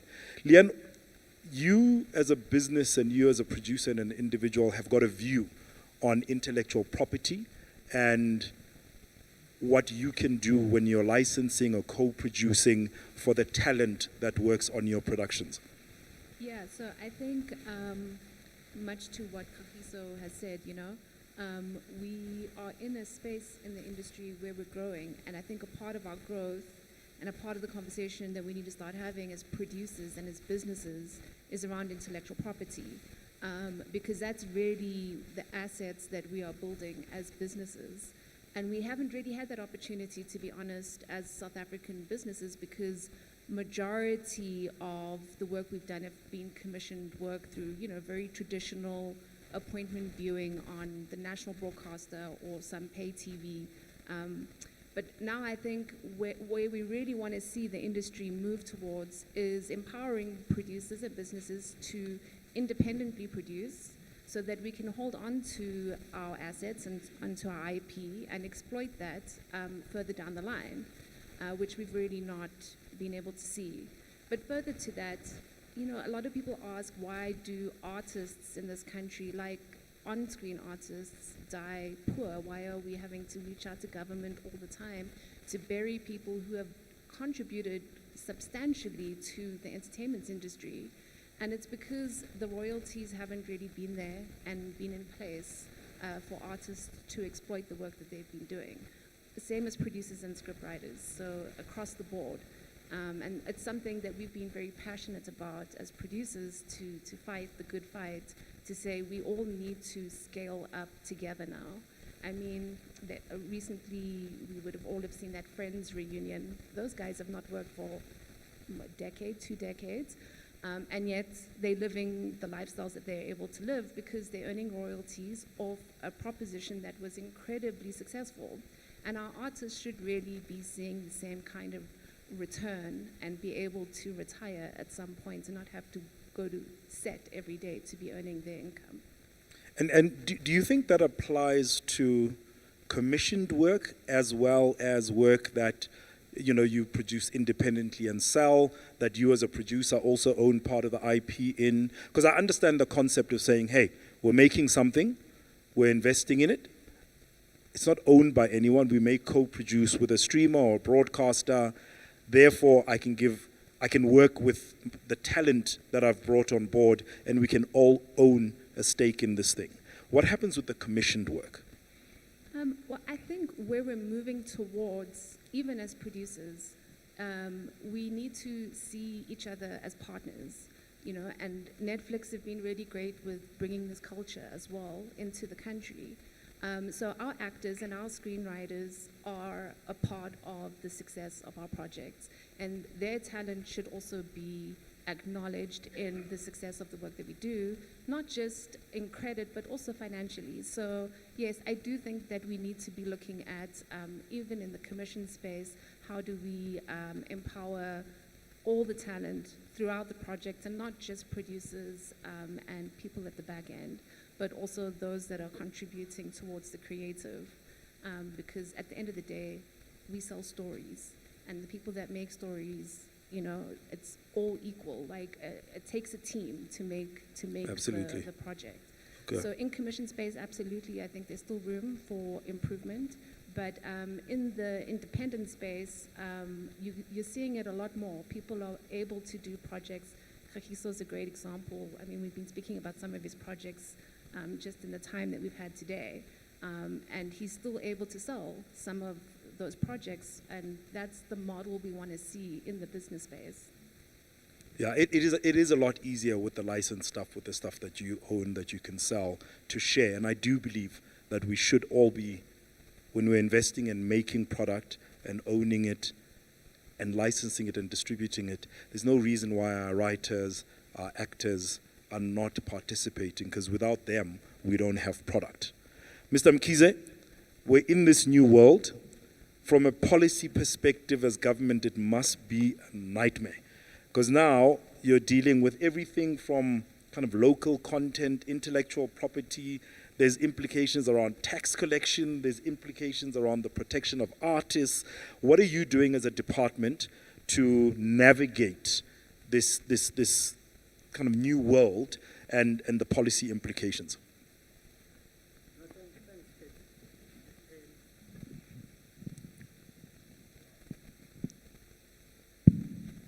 No, thanks very much, Pepsi, for the question.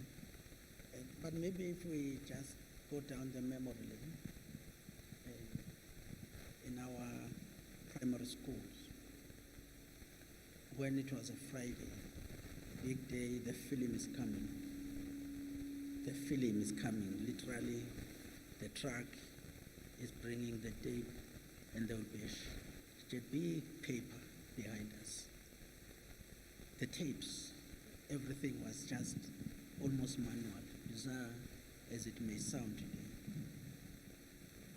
Fast forward, today you have digital platforms.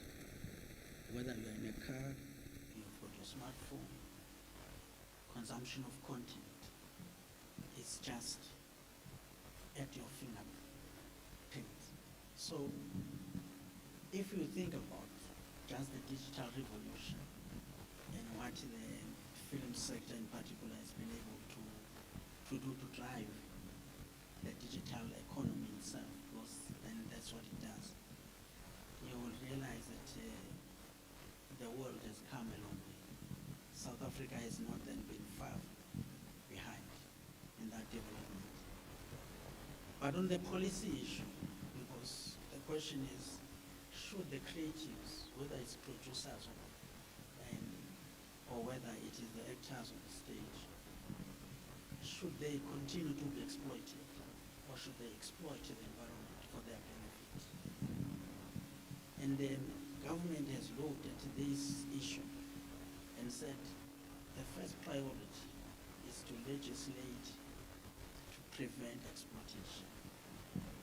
And that is why the copyright amendment bill, that's why the copyright amendment bill, as well as the performance protection bill, came into being. Because currently we are dealing with the Copyright Act of 1978. That's 44 years ago. There was nothing about digital. You're dealing with a 1967 Act and of performance protection. Now 1967, I mean, how old is that act? So the legislation has to be amended so that it adapts and protects the digital content and the producers of that content. So that is why then the contestation that we have now on the copyright amendment bill on section 12 is more about fair use and fair dealing, where there is a sense that the producers of content in particular feel that there is a relaxations are going to make them more vulnerable and they lose more, and this can be exploited by the high-tech companies because the fair use is proposing something different of relaxations. So that balancing act on how to protect both the user of the content as well as the producer of the content is what government has been trying to do. But we believe that the act, the amendment bills that are there from the legislative framework, we should be able to assist us in protecting, including the issue of the IP that you have raised, issues of contracting that has been a very sore point, because you will sign a contract with a big high-tech company, with SABC or anybody else, with a production house, and the next thing they reuse the work and you never get royalties.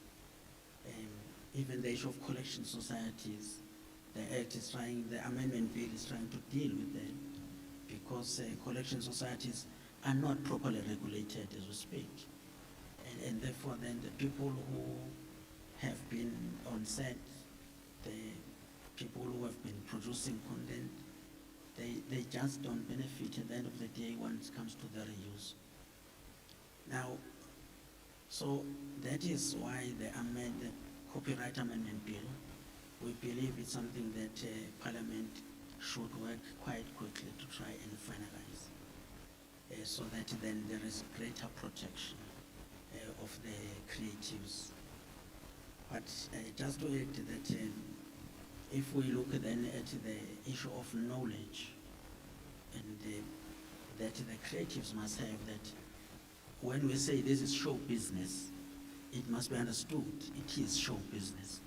And therefore the business side, a skill set that is required is one of the things that we believe must be accelerated for them to understand how to protect their IP. The international treaties that we have, the WIPO, is not covered in the old acts. And the issue of the Beijing Treaty that was signed also in relation to protection of technical and production of work is not also covered by this. So the international treaties in South Africa, for now, it's just a sake of you being savvy and being able to do that. But in terms of regulatory environment and law, those things are not included.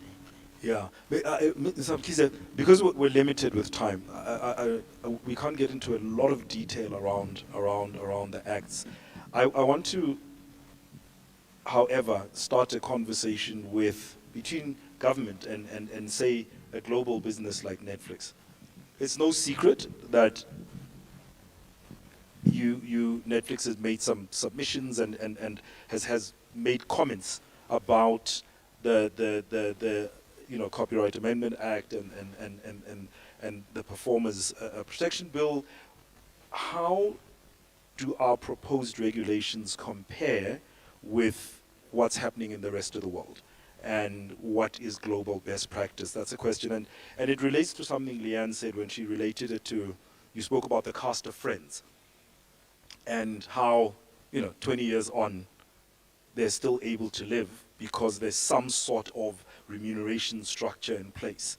How do we achieve that? And what issues have you as a global business, or rather, what suggestions have you got as a global business to help us move forward and achieve what is government's intent and what is industry's intent? It's a great question, and DJ Mkhize, I think you were spot on in talking about issues around protection, and it's very important to have government in a role where they need to protect the different elements within the creative industries. And for us at Netflix, this is also very important, and this is why we're actively contributing, like you have said, Pepsi, to this dialogue and these processes towards getting the right sort of policy support that will enable the creative industry continue to thrive. Particularly in the area of the copyright bills, for instance, we believe in fair remuneration as Netflix, and we believe that it's very important that beyond taking on board a blanket sort of approach, that government looks at the different elements within the film and TV industry, music, publishing, and all the areas where copyright policy applies. And it's very important to do the right thing for each and every one of those segments. For instance, the concept of royalties is fit for purpose in the music industry. It doesn't exactly maybe translate to film and TV, where they potentially speak more about residuals as against royalties. So it's very important that the risk elements, for instance, that production companies and producers have to take on board upfront is protected by the regulatory and policy frameworks in place. And that is why we as Netflix believe in approaching the different circumstances and the different stories we want to tell with our partners in different ways. And it's super, super important that the policy frameworks that we end up with in South Africa preserve that flexibility. If we were to ask the room, for instance, that as a creative or a creator, would you want payments upfront on a piece of work that you've done? The answer would probably be yes, because we don't know projects that are going to succeed and differentiate them from those that are going to fail. We don't have crystal balls. Well, I'm Nigerian. In my country, we have our type of local crystal balls, but even those aren't 100% in predicting what's going to work and what's not going to work. So the copyright frameworks and the structures in place have to provide the flexibility for those who are taking that risk of upfront to be protected in the event that that project fails. And I'm not a copyright law expert, but my understanding of some of these things is that royalties, for instance, may be tied to success. So what happens if your project does not succeed? That means you're not entitled to anything. And there is something to say for the a model that allows you to get some fair compensation and remuneration upfront, regardless what happens to the projects down the line. So for us, we continue to engage with governments as well as with industry to make sure that even as we're deepening our relationships in South Africa, the sorts of arrangements that we have can also evolve and make sure that at the end of the day, everybody's happy and people are able to realize a fair financial, emotional, whatever kind of compensation for the love, blood, sweat, and tears that they have put into their art. So we are all about flexibility, and we're definitely here to work with the policymakers and across the spectrum on finding a good place where everybody is happy. But the one thing we're pretty sure about is a one-size-fits-all approach. A blanket approach is probably not the way to get everybody happy. Your thoughts, Leanne? You've done a lot of work in this space in terms of from an IPO perspective. Yeah, I think as you're spot on with not having a blanket amendment bill, but I mean, that's not today's topic, I guess.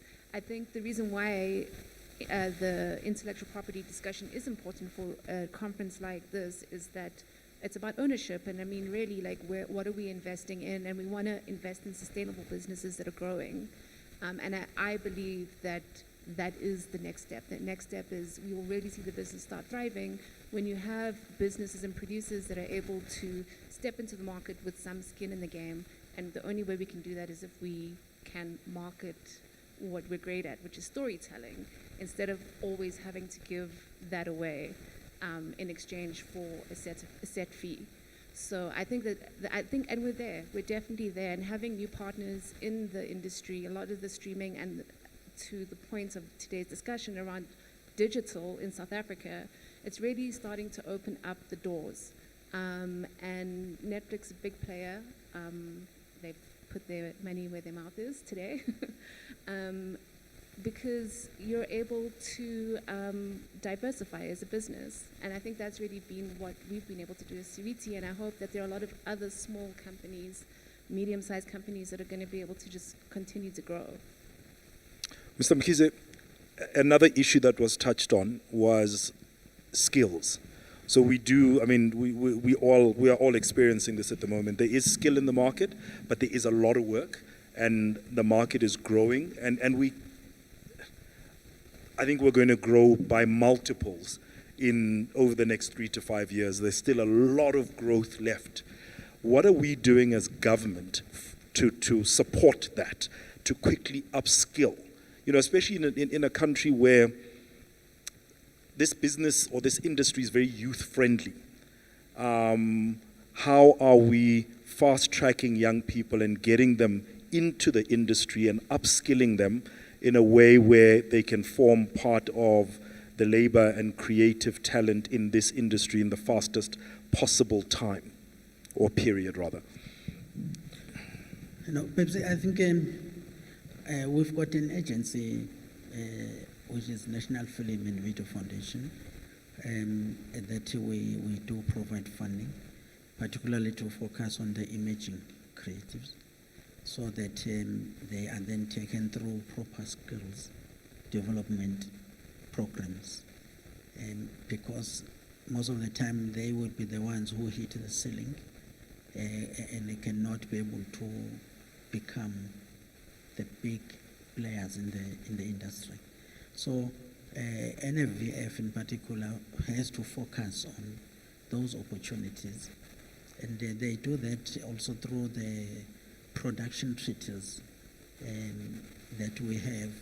Particularly at this stage, it's about 9 countries that have got huge training facilities and opportunities for the young people to be exposed through those production treaties.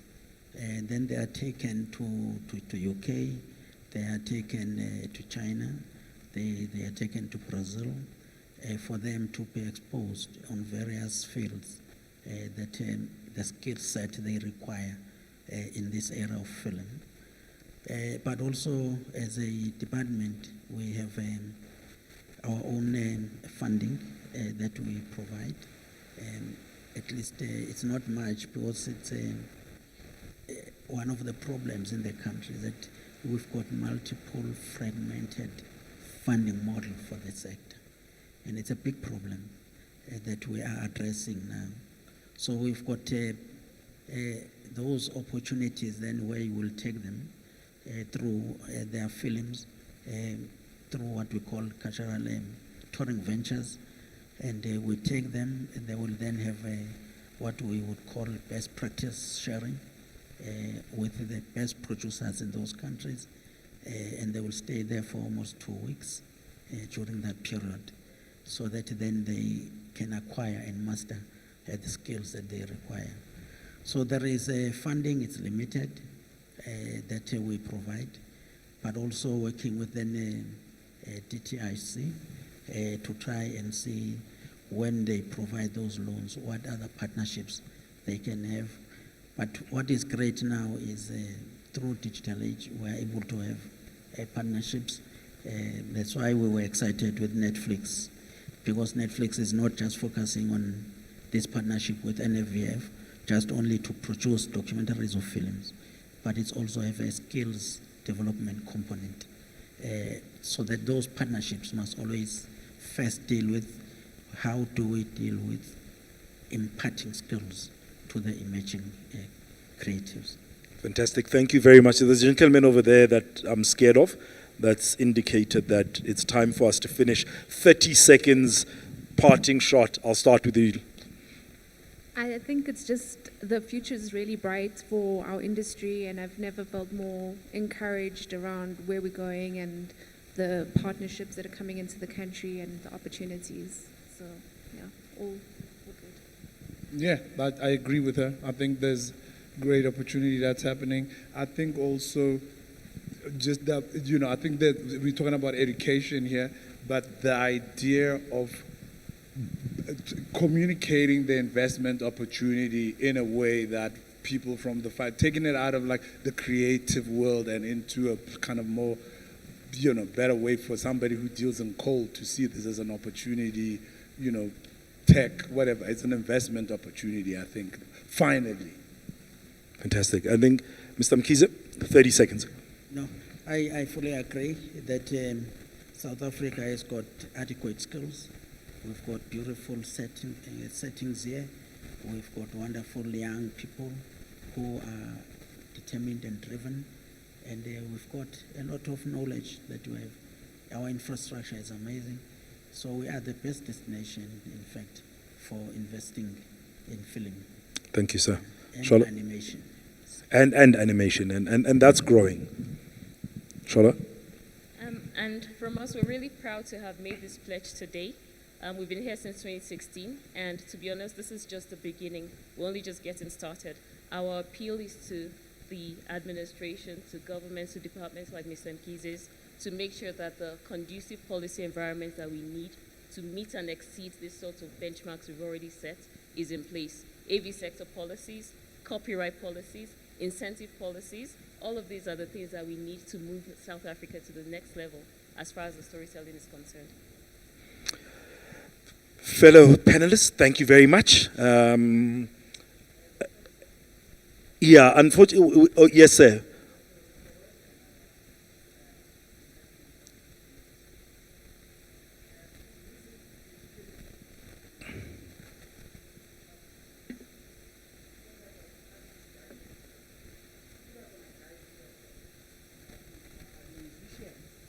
That's the music that the filmmakers are making, and they take.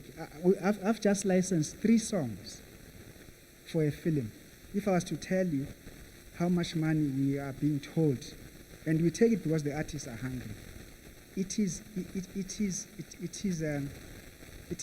I don't know, I don't have the English word to say it, but until such time that you respect the music that you use in the films, and then you start paying what is fair for that music, then we are not going to transform the cultural and creative industry. And I think that's the message. And I think there must be a threshold below which you cannot use the song if you can't pay for that money. There was a song that we refused to Netflix to use, which I said no. But I'm just not saying to you, sorry, I don't mean, I'm just making a point that the music usage in film is bad, and it needs to stop. Thank you. Thank you, Mr. Stoller. Ladies and gentlemen, thank you very much. Please, a round of applause for the panel. You're all awesome, and I hope the message that we've gotten out is that this sector is an investment opportunity. I think from a government perspective, from all the partners, we do need to sort out, we've got a lot of policy that's hanging, and we need to tighten that down and actually get to the end of that, have firm policy in place to make investment easier in the sector, because it's grown by leaps and bounds globally, and it's a growth sector that's growing and an awesome investment opportunity. Thank you very much. There's cool bags. Enjoy. Yeah. Yeah, no. No, yours, that one over there is for the next panelist. Kupawisi.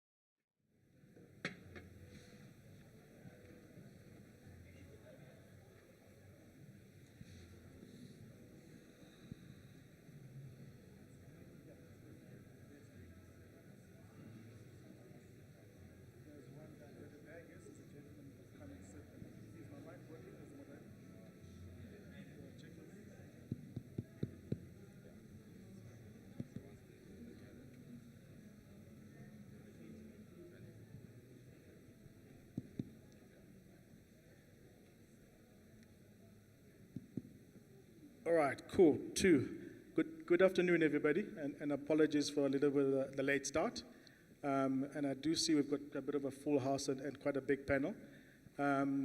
So on the panel with me today, I've got 6 panel members, and Crispin's going to join us just now. So don't be surprised there's an empty chair. There is somebody actually who will be sitting in the chair shortly. So good afternoon, everybody, and welcome to this afternoon's Trust Transition panel discussion, which I can see is quite a big topic for the country from that perspective. I am Sandy Litlope, partner at EY, and the Africa market leader for government and infrastructure. And today with me on the panel, I've got Dr. Abdul Ibrahim Khalid, who's the Chief Technology Officer from General Electric. I've got Andre Direta, who's the CEO of ESCOM. I've got Duncan Walbont, who's the CEO of Anglo American. And then I've got Betha Dlamini, the founder of Rita Group, and executive lead on energy for Wencom. Thank you. And then right at the end, but not least, Brian Damas, Chief Executive of African Rainbow Energy and Power. And as I said, Crispin Olver, the Exec Director from the Presidential Climate Commission, is heading up to stage now. And he decided to put on a nice, colorful suit to break the black monotony. So I'm glad today we've got some color stage. Welcome, Crispin, and thank you. Today's discussion, we're going to keep it quite broad, and really what we're going to try and do is cover the broad value chain around the whole energy transition from that perspective. And obviously, this being an investment conference, we want to focus more on what are some of the investment opportunities during the transition that the country will be going through. And to position that, just opening up, I'm going to ask 3 panel members just to give us a sense in terms of providing energy transition opportunity insights in terms of what are some of the key energy transition considerations. So I'll begin with you, Dr. Abdul Raham, if you don't mind. Just give us a quick reflection around what are some of the insights from that side. Thank you. Sure, thank you, Sunil. Thank you for attending. I'm really impressed by the number of people. This shows the interest in energy transition, and it should be rightly so. I just want to say a few things, 3 things actually, why this is important, not only to the country, but to all of us individually. This is a massive issue. This is an issue at scale, and it took hundreds of years to develop. Right now, gentlemen, you're sitting in a room and breathing air with 400 ppm of CO2. That's a fact. If we sit in the same room 150 years ago, we'll probably smell and breathe an air which is around 250 ppm. This is what industrialization has done.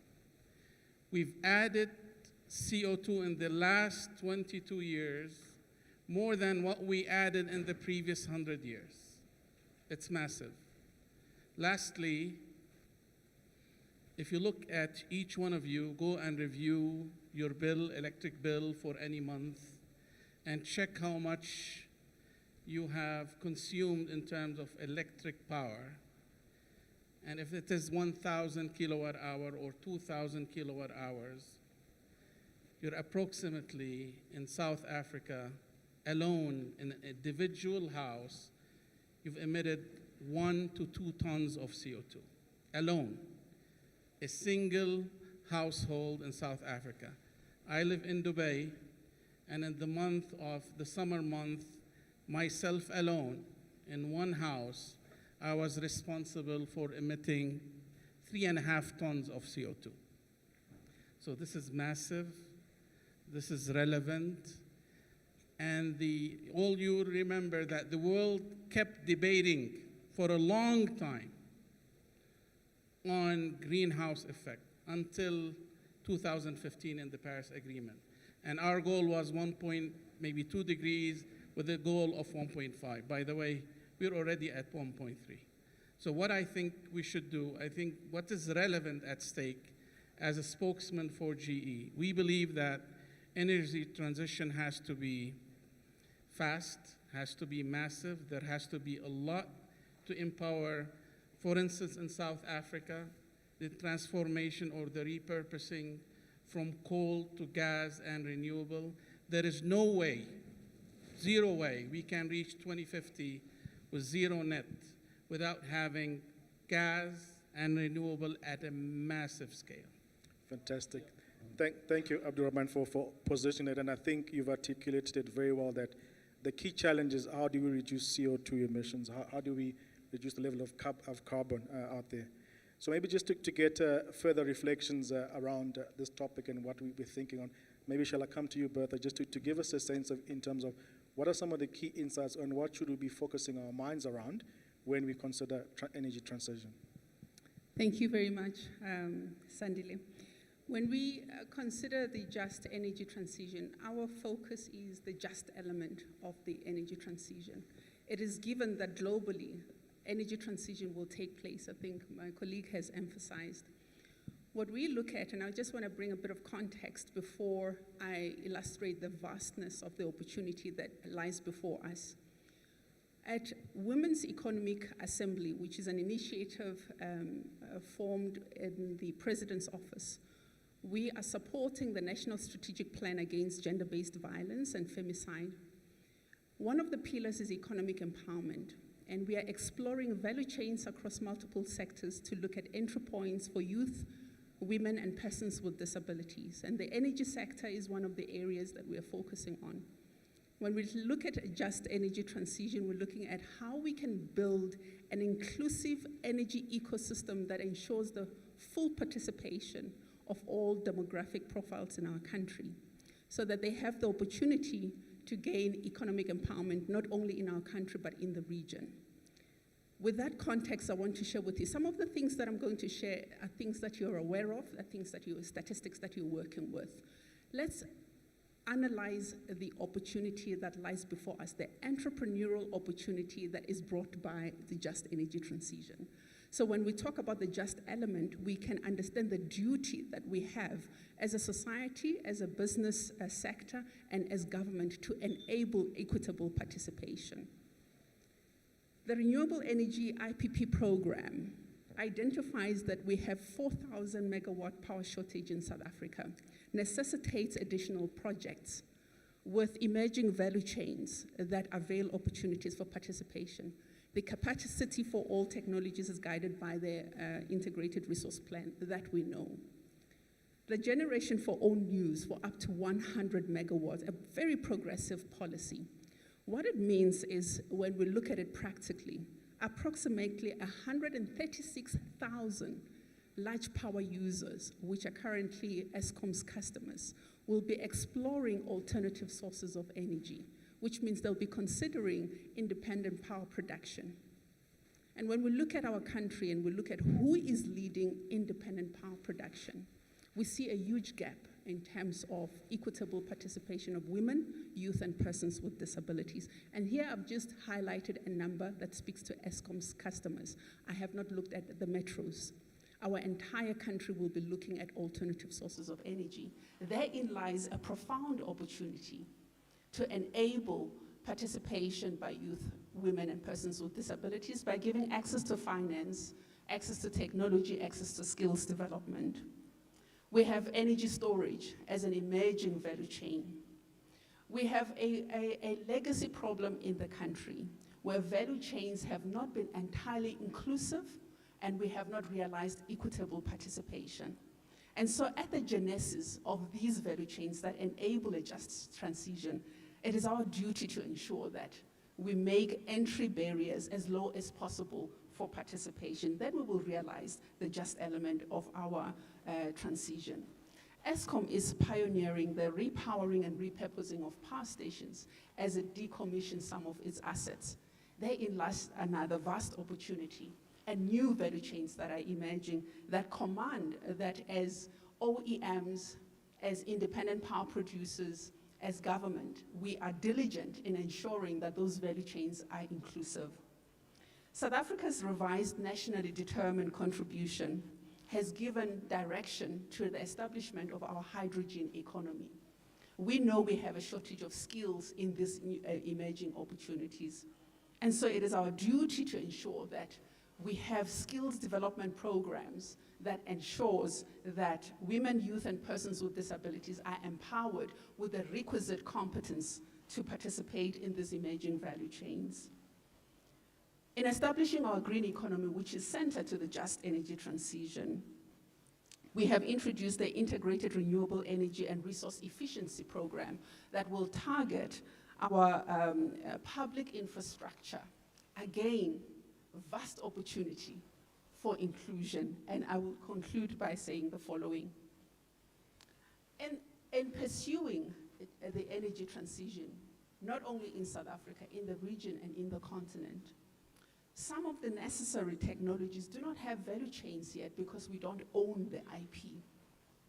It is our responsibility to ensure that we forge partnerships with those that have the IP to ensure that there's transference of skills and we can secure productive participation of all in our economies. Thank you. Thank you, Bertha. Thanks for outlining that. I think what's emerging, Abdul Rahman defined the problem, too much carbon. We need to try and reduce carbon. You've just outlined the important part of ensuring that when we do transition in reducing carbon, we think about the just part of it. How do we create opportunities for broader society to participate? And moving along on that note, if we can come to you, Duncan, as probably one of the biggest high energy users in the country, and in terms of thinking about what are some of your thoughts in around the energy transition and the contributions required from their perspective, and what should we applying our minds to around this transition problem? Thanks, Duncan. Sure, Sandile, thanks. Look, I think we also have to think about this completely holistically. You know, we start out with the purpose of why we do what we do. And we set out many years ago as Anglo-American to reimagine mining to improve people's lives. And that's the key thing, right? And it's not simply in the context of just the shareholders. The shareholders are a really important stakeholder, but it's for all of the stakeholders. And I think Abba made all the numbers very clear as to the rationale for doing this. So what's the purpose of going to work and mining the metals and minerals that the future economies are going to need if they don't do good for everybody? So that's the starting out point. And so that's how holistically you have to wrap your mind around this. And so, you know, we then started developing these things called future smart technologies. And the purpose of these technologies was to minimize footprints, minimize the impact, not only to the cost base, which was really important, but to minimize the impact to the environmental footprints, to the negative impacts on communities, to energy and emissions and all of these sorts of things. And they all sort of holistically, technologically need to be driven into a final outcome. And that sort of lets us think about, you know, what's the base we need to spring this off, and energy is it, right? So of course there's the requirement to reduce our carbon footprint, but it's also absolutely fundamental, the provision of energy and clean energy to development and growth. And so wrapping your head around all of these things, we recognize that this is not a single-dimensional issue we have to deal with. It's multi-dimensional, and it cannot be dealt with by one company or one small group all on its own. This is a societal matter that needs to be driven by all of us, and the only way we can see this happening in a just and effective way, and just is really important, because it shouldn't only be just, but it should be felt to be just. So we can't leave any of the stakeholders behind that are deeply dependent on carbon-intensive industry and economy. So we have to take them along, and in fact, not only support them, but actually in this transition, in the opportunity this transition creates, is empower them. I mean, there's so many opportunities that are associated with this, and hence our recent announcement in terms of the partnership with EDF Renewables and the plan to kind of stretch way beyond just the little part of the world that is ours, which is mining. Great, thanks, Duncan. I think this conversation is evolving well. We've defined the problem around reducing carbon. We've defined the need to make it just. We've defined some of the transition that big energy users are doing. So if I can come to you, Andre, you've been quoted on the record talking about the need to consider the 4 Ds, as you refer to them, in thinking about transition. So the 4 Ds of decarbonization, digitization, decentralization, and decommissioning, democratization of the whole energy process. Thinking about how do we enable the transition, what are some of your thoughts around that space? think the transition presents a fantastic opportunity for South Africa to grab hold of a stimulus that could really change the face of the economy if we do this right. There are opportunities for us to create new industrial opportunities if we create sufficient scale in the manufacturing of renewable energy components. And please understand that I'm not advocating that we try and compete in areas that are without global competitive or comparative advantages. So let's not try and make our own solar PV wafers. Let's do gantries, let's do plate glass, let's do frames, labor-intensive manufacturing in the parts of the country that will be most affected by the move away from coal. And that is why, in order to make the transition just, we have to pay attention specifically to the coal belt of Mpumalanga. The miners, and I used to be a coal salesman for a number of years in my prior life, so I've got a soft spot for coal miners. We need to look after them, and we need to create alternative futures for not only the miners, but also for the communities in which they live.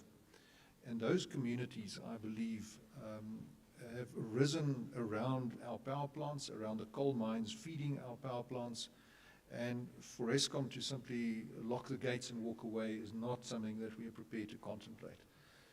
And therefore, if we can ensure that the transition takes place in a way that is just to that particular constituency, and if I can show my colors here, that is my primary objective in this, because they are the people who will be most directly affected by the transition.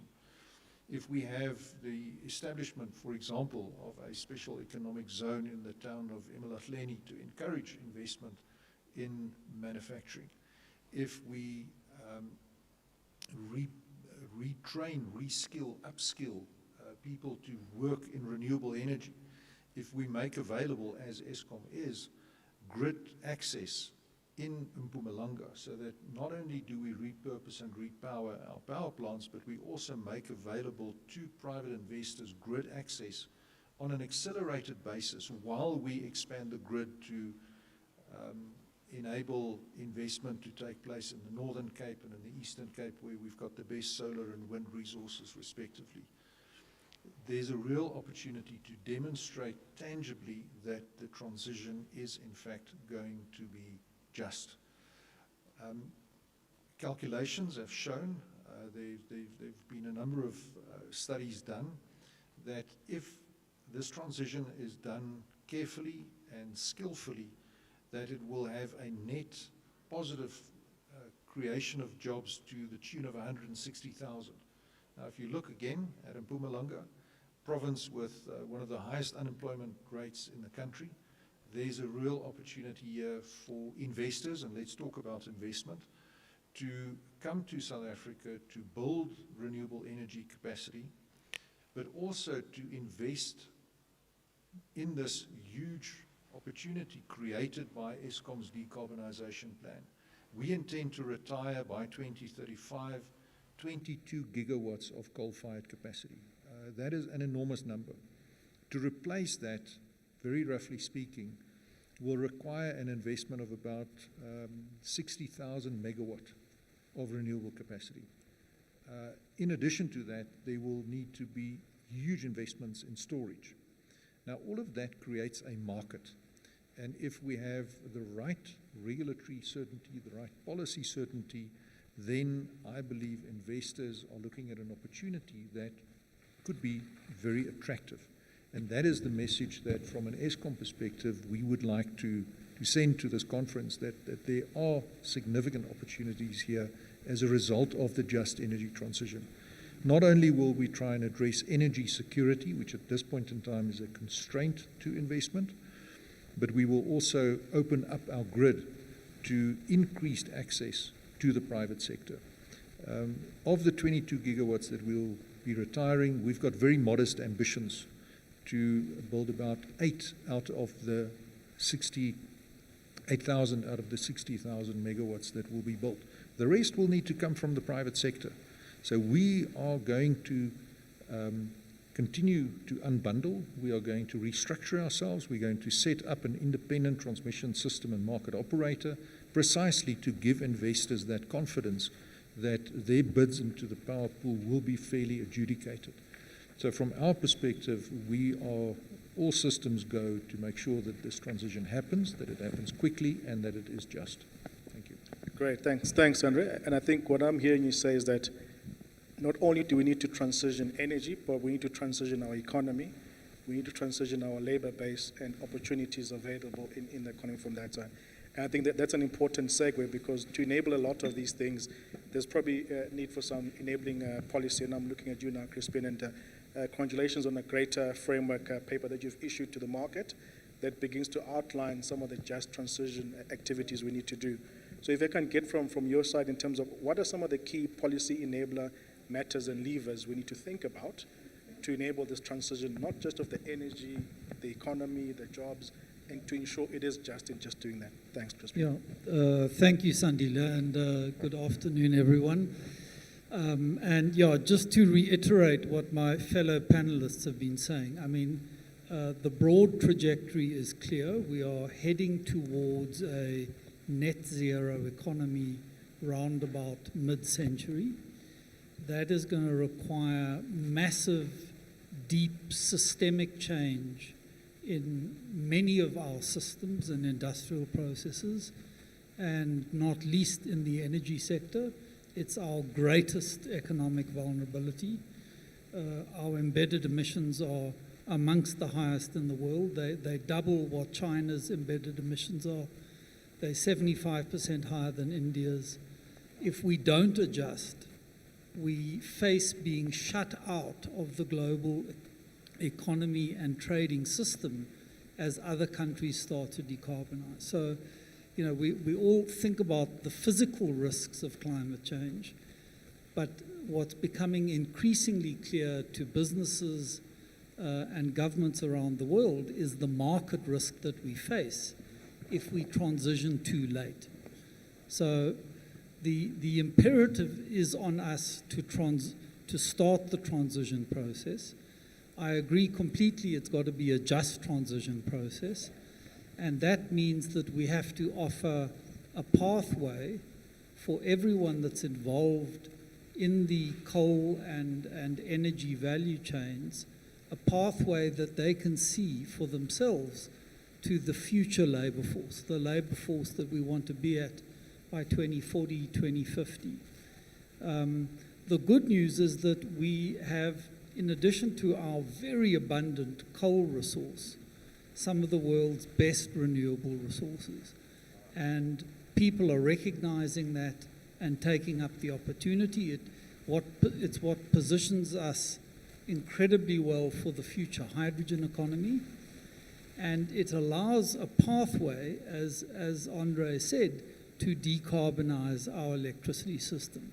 And we're talking about a massive scale that has to be done. I mean, Andre's 50 gigawatts must be achieved by 2035 to let him take the 22 gigawatts of coal-fired plant off the grid. That's a huge investment.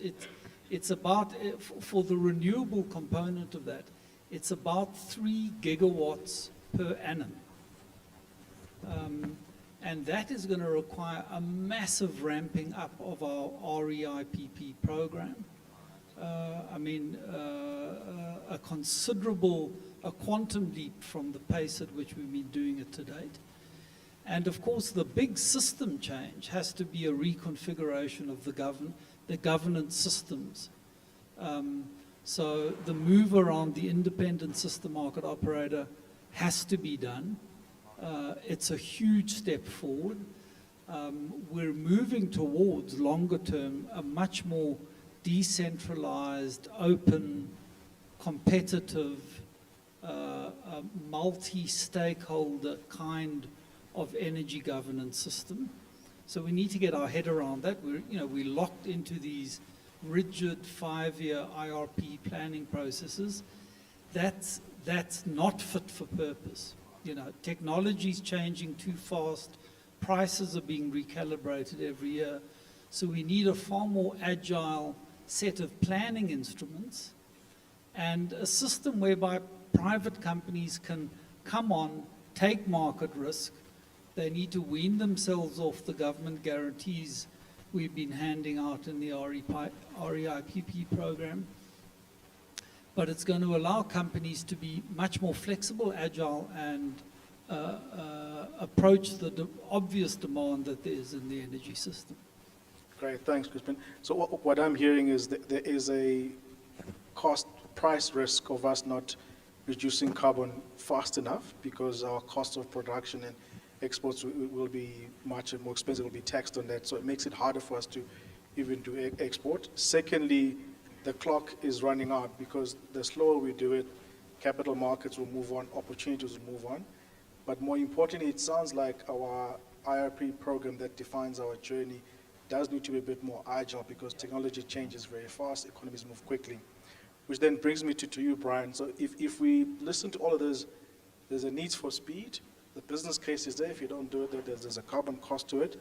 But surely there must be some investment opportunities in this transition. So what are some of the things we should be thinking about from an investment perspective? Thank you, Sandile. I mean, the first thing and the second thing and the third thing and the fourth thing is we need the grid access. We need to build lots and lots of transmission networks in South Africa. So without that, none of what we're talking about is possible. I think it's going to get more difficult before it gets easy. The transition is going to happen. It's going to happen by 2050 in South Africa, whether we like it or not. And we have to do it. We have to do it to make our economy competitive, and it's not just an energy issue. Think about automotives. Think about how you get from here to Cape Town in an electrical vehicle. Can you afford one? I can't.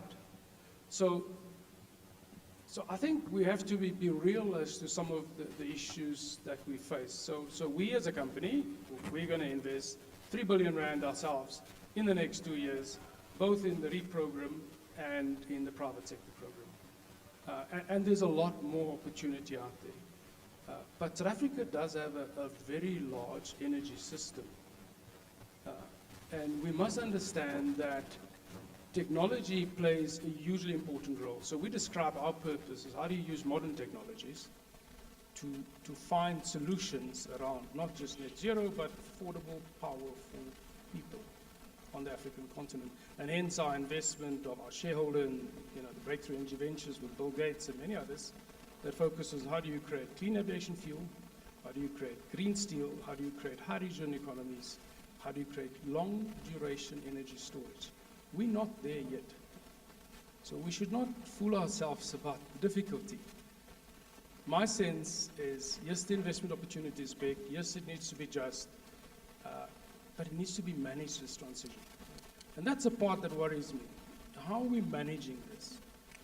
And making promises that we're going to solve everybody's problems is going to be a difficult one. Because I tell you, politics and reality will play a role at some stage as to how you deal with coal, how you deal with gas. I mean, let's be absolutely clear. You would need to either solve long duration storage very quickly and find a way that it's very cheap before you say you're not going to use gas. Without that, you cannot just decommission and add renewables. So there's huge opportunity in that process. We as a company have just changed the ownership of our company. So we think it needs to be just. So what is just for us? 39% of our companies are owned by workers, black women, black youth, churches. Why is that important? Because the sector for a long time has been seen as different. And people don't understand it. We haven't communicated well, we haven't engaged. So we wanted to bring people closer so that they're part of this transition. The one other last point I'd like to make is the CO2 discussion is hugely important. This continent and this country's biggest challenge will be how do we deal with resilience of our infrastructure to deal with the impacts of climate change. And that I don't think we've got our heads around as to how do we make sure technologies are a lot cleverer? How do we make sure they're a lot more redundant? So for us as a private sector company, we see huge opportunities. We would like to see consistent policy. We think the reprogram is, the current IRP is way underestimating what you should be building. We think it should be a lot more aggressive. And as soon as you have clear demand, we will invest. We will invest, and Andre is absolutely correct. You know, don't go and invest now in issues that somebody else is already competitive. Let's focus on those technologies and the work Duncan and Anglo is doing around green hydrogen, and how do we focus on that? We need to think about the next thing. How do we think through long duration storage? How do we think through hydrogen and how do we make sure that if we roll out wind farms, you know, shucks, let's not import the towers. Yes, we have to import the hubs and the blades, but let's not import the towers. You know, some of that we can do ourselves. So, and locating that in implement, we will invest. We will invest in that as a economic hub. Why? Again, it's important to our shareholders. Who are our shareholders? Ourselves, the workers, the youth, and we need to give them a future. Thanks, Brian. I think what I'm hearing is everybody will benefit, the broader community, but also that there are a lot of adjacent industries and sectors that will also benefit, which makes the investment case massive. The challenge is big, but the opportunity is doable. And I think what's clear is that there's an importance for South Africa to make more decisive decisions in making this shift towards a net zero future, which, as you say, is definitely will happen. We need to make sure we get ready and be clear around how to do that. There's clearly also lots of opportunities and risk in moving forward. How do we mitigate and actually manage those risks from that side? But clearly, the transition is here. We all have to figure out how to drive ourselves.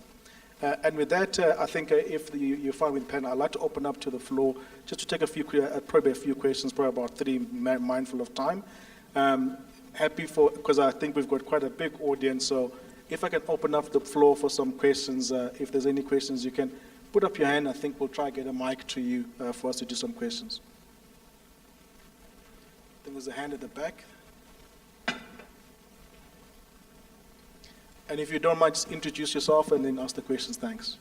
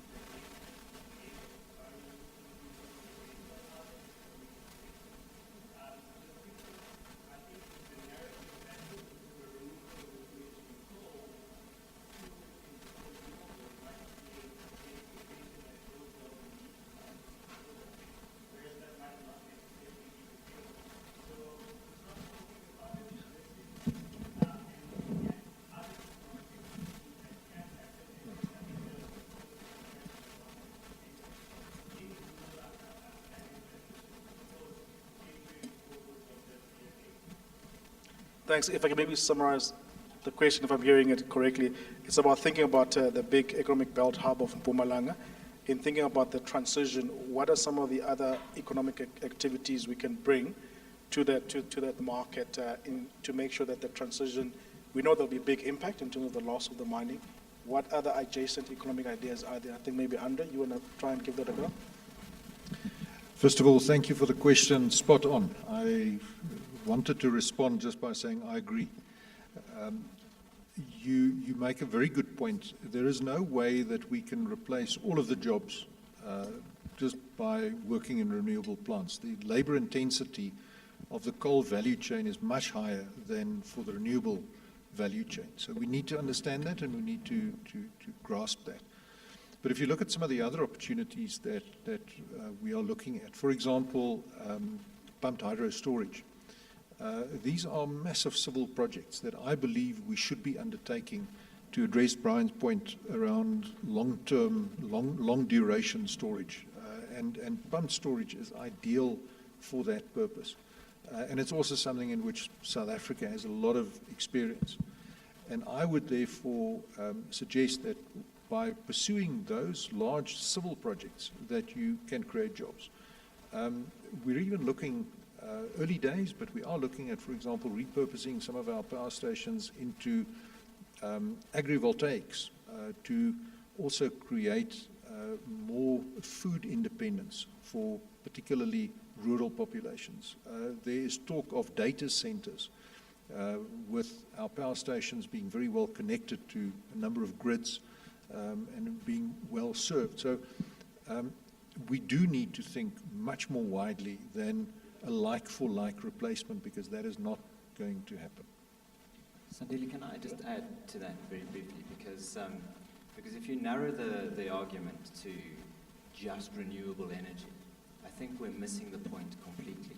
And Brian, you were scratching on that a little bit earlier, because if you think about, and the reason we've entitled our program the Renewable Energies Ecosystem is because it's what gets built out off the back of a stable energy system over time. So the fact that you start out by providing clean energy to service the production that's currently going on in the world today, in business today, and then of course there are some spin-offs that happen to that in terms of the generation of labor and the upskilling and the reskilling of workforces locally that allow that to happen just in and of itself.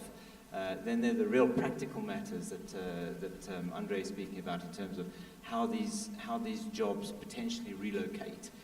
From one. I mean, I think net, if you think about this in the fullness of time, the number of jobs that will be created by the spin-off hydrogen economies from clean, green, and sustainable energy far outweigh the number of jobs that are currently deployed in an economy that is not growing anywhere near as fast as its potential is.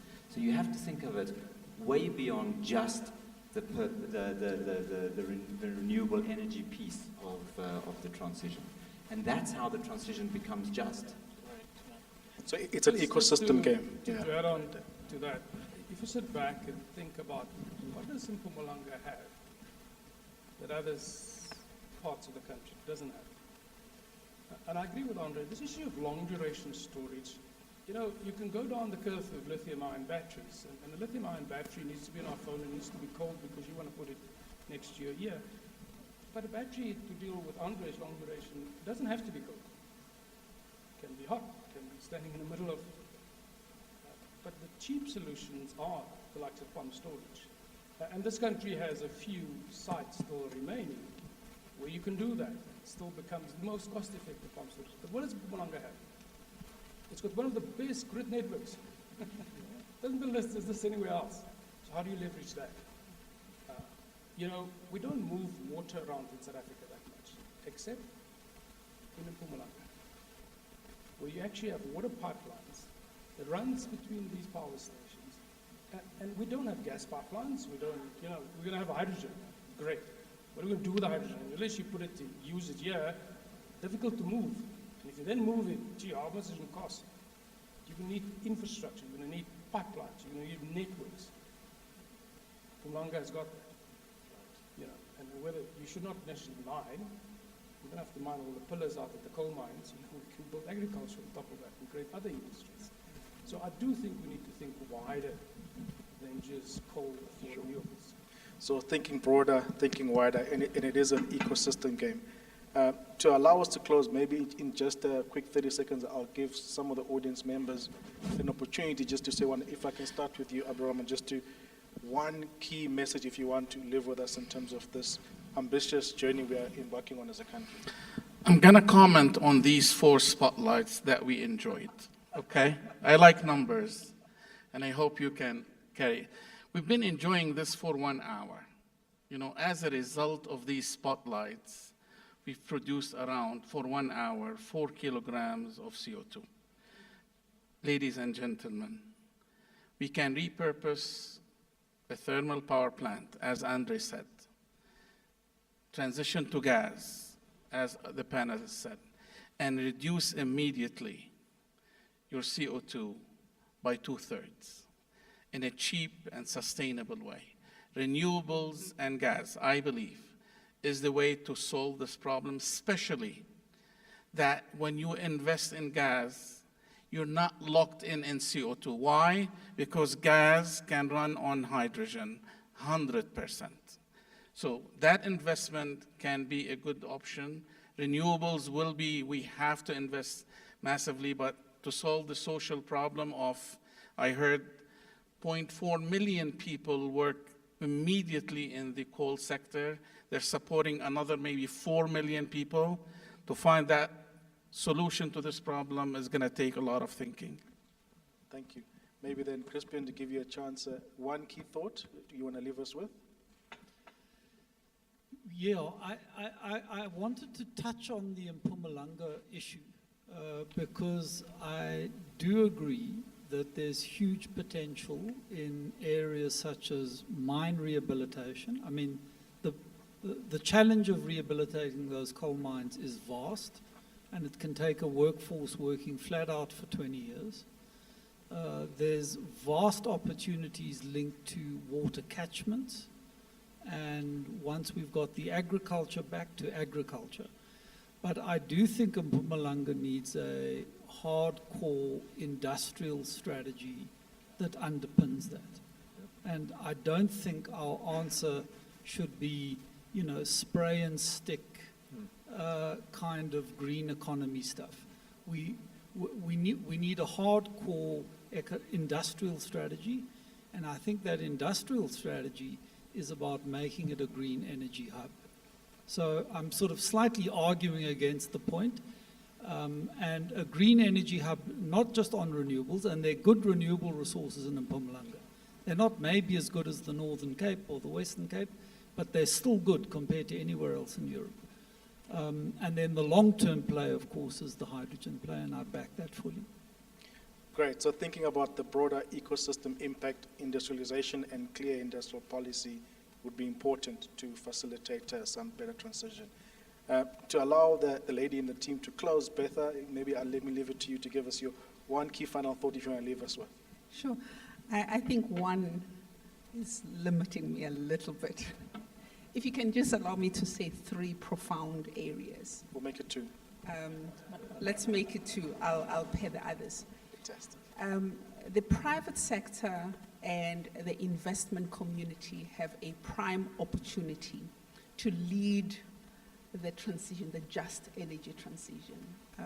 My fellow panelists have been talking about deep systemic change.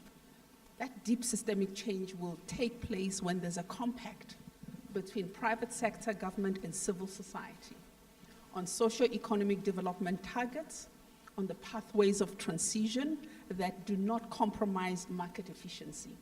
So instead of us waiting for government to prescribe how we should achieve that, let's lead the transformation by determining our commitment to socio-economic development targets. Lastly, as we consider the transition, the energy transition as an ecosystem, let's reimagine how we procure products, solutions, and systems from the market. Let's remove track record as a mandatory requirement because it unintentionally marginalizes participation by others. Let's look at the competency of individuals within entities and their ability to deliver on the promise so that we can build inclusive energy ecosystems through our transition. Fantastic. I think that's a good place to leave it on. Let's reimagine what we can do broadly in the country. Let's reimagine what we can do with energy. To my esteemed panel members, thank you very much for your contribution today. Great conversation, great insights.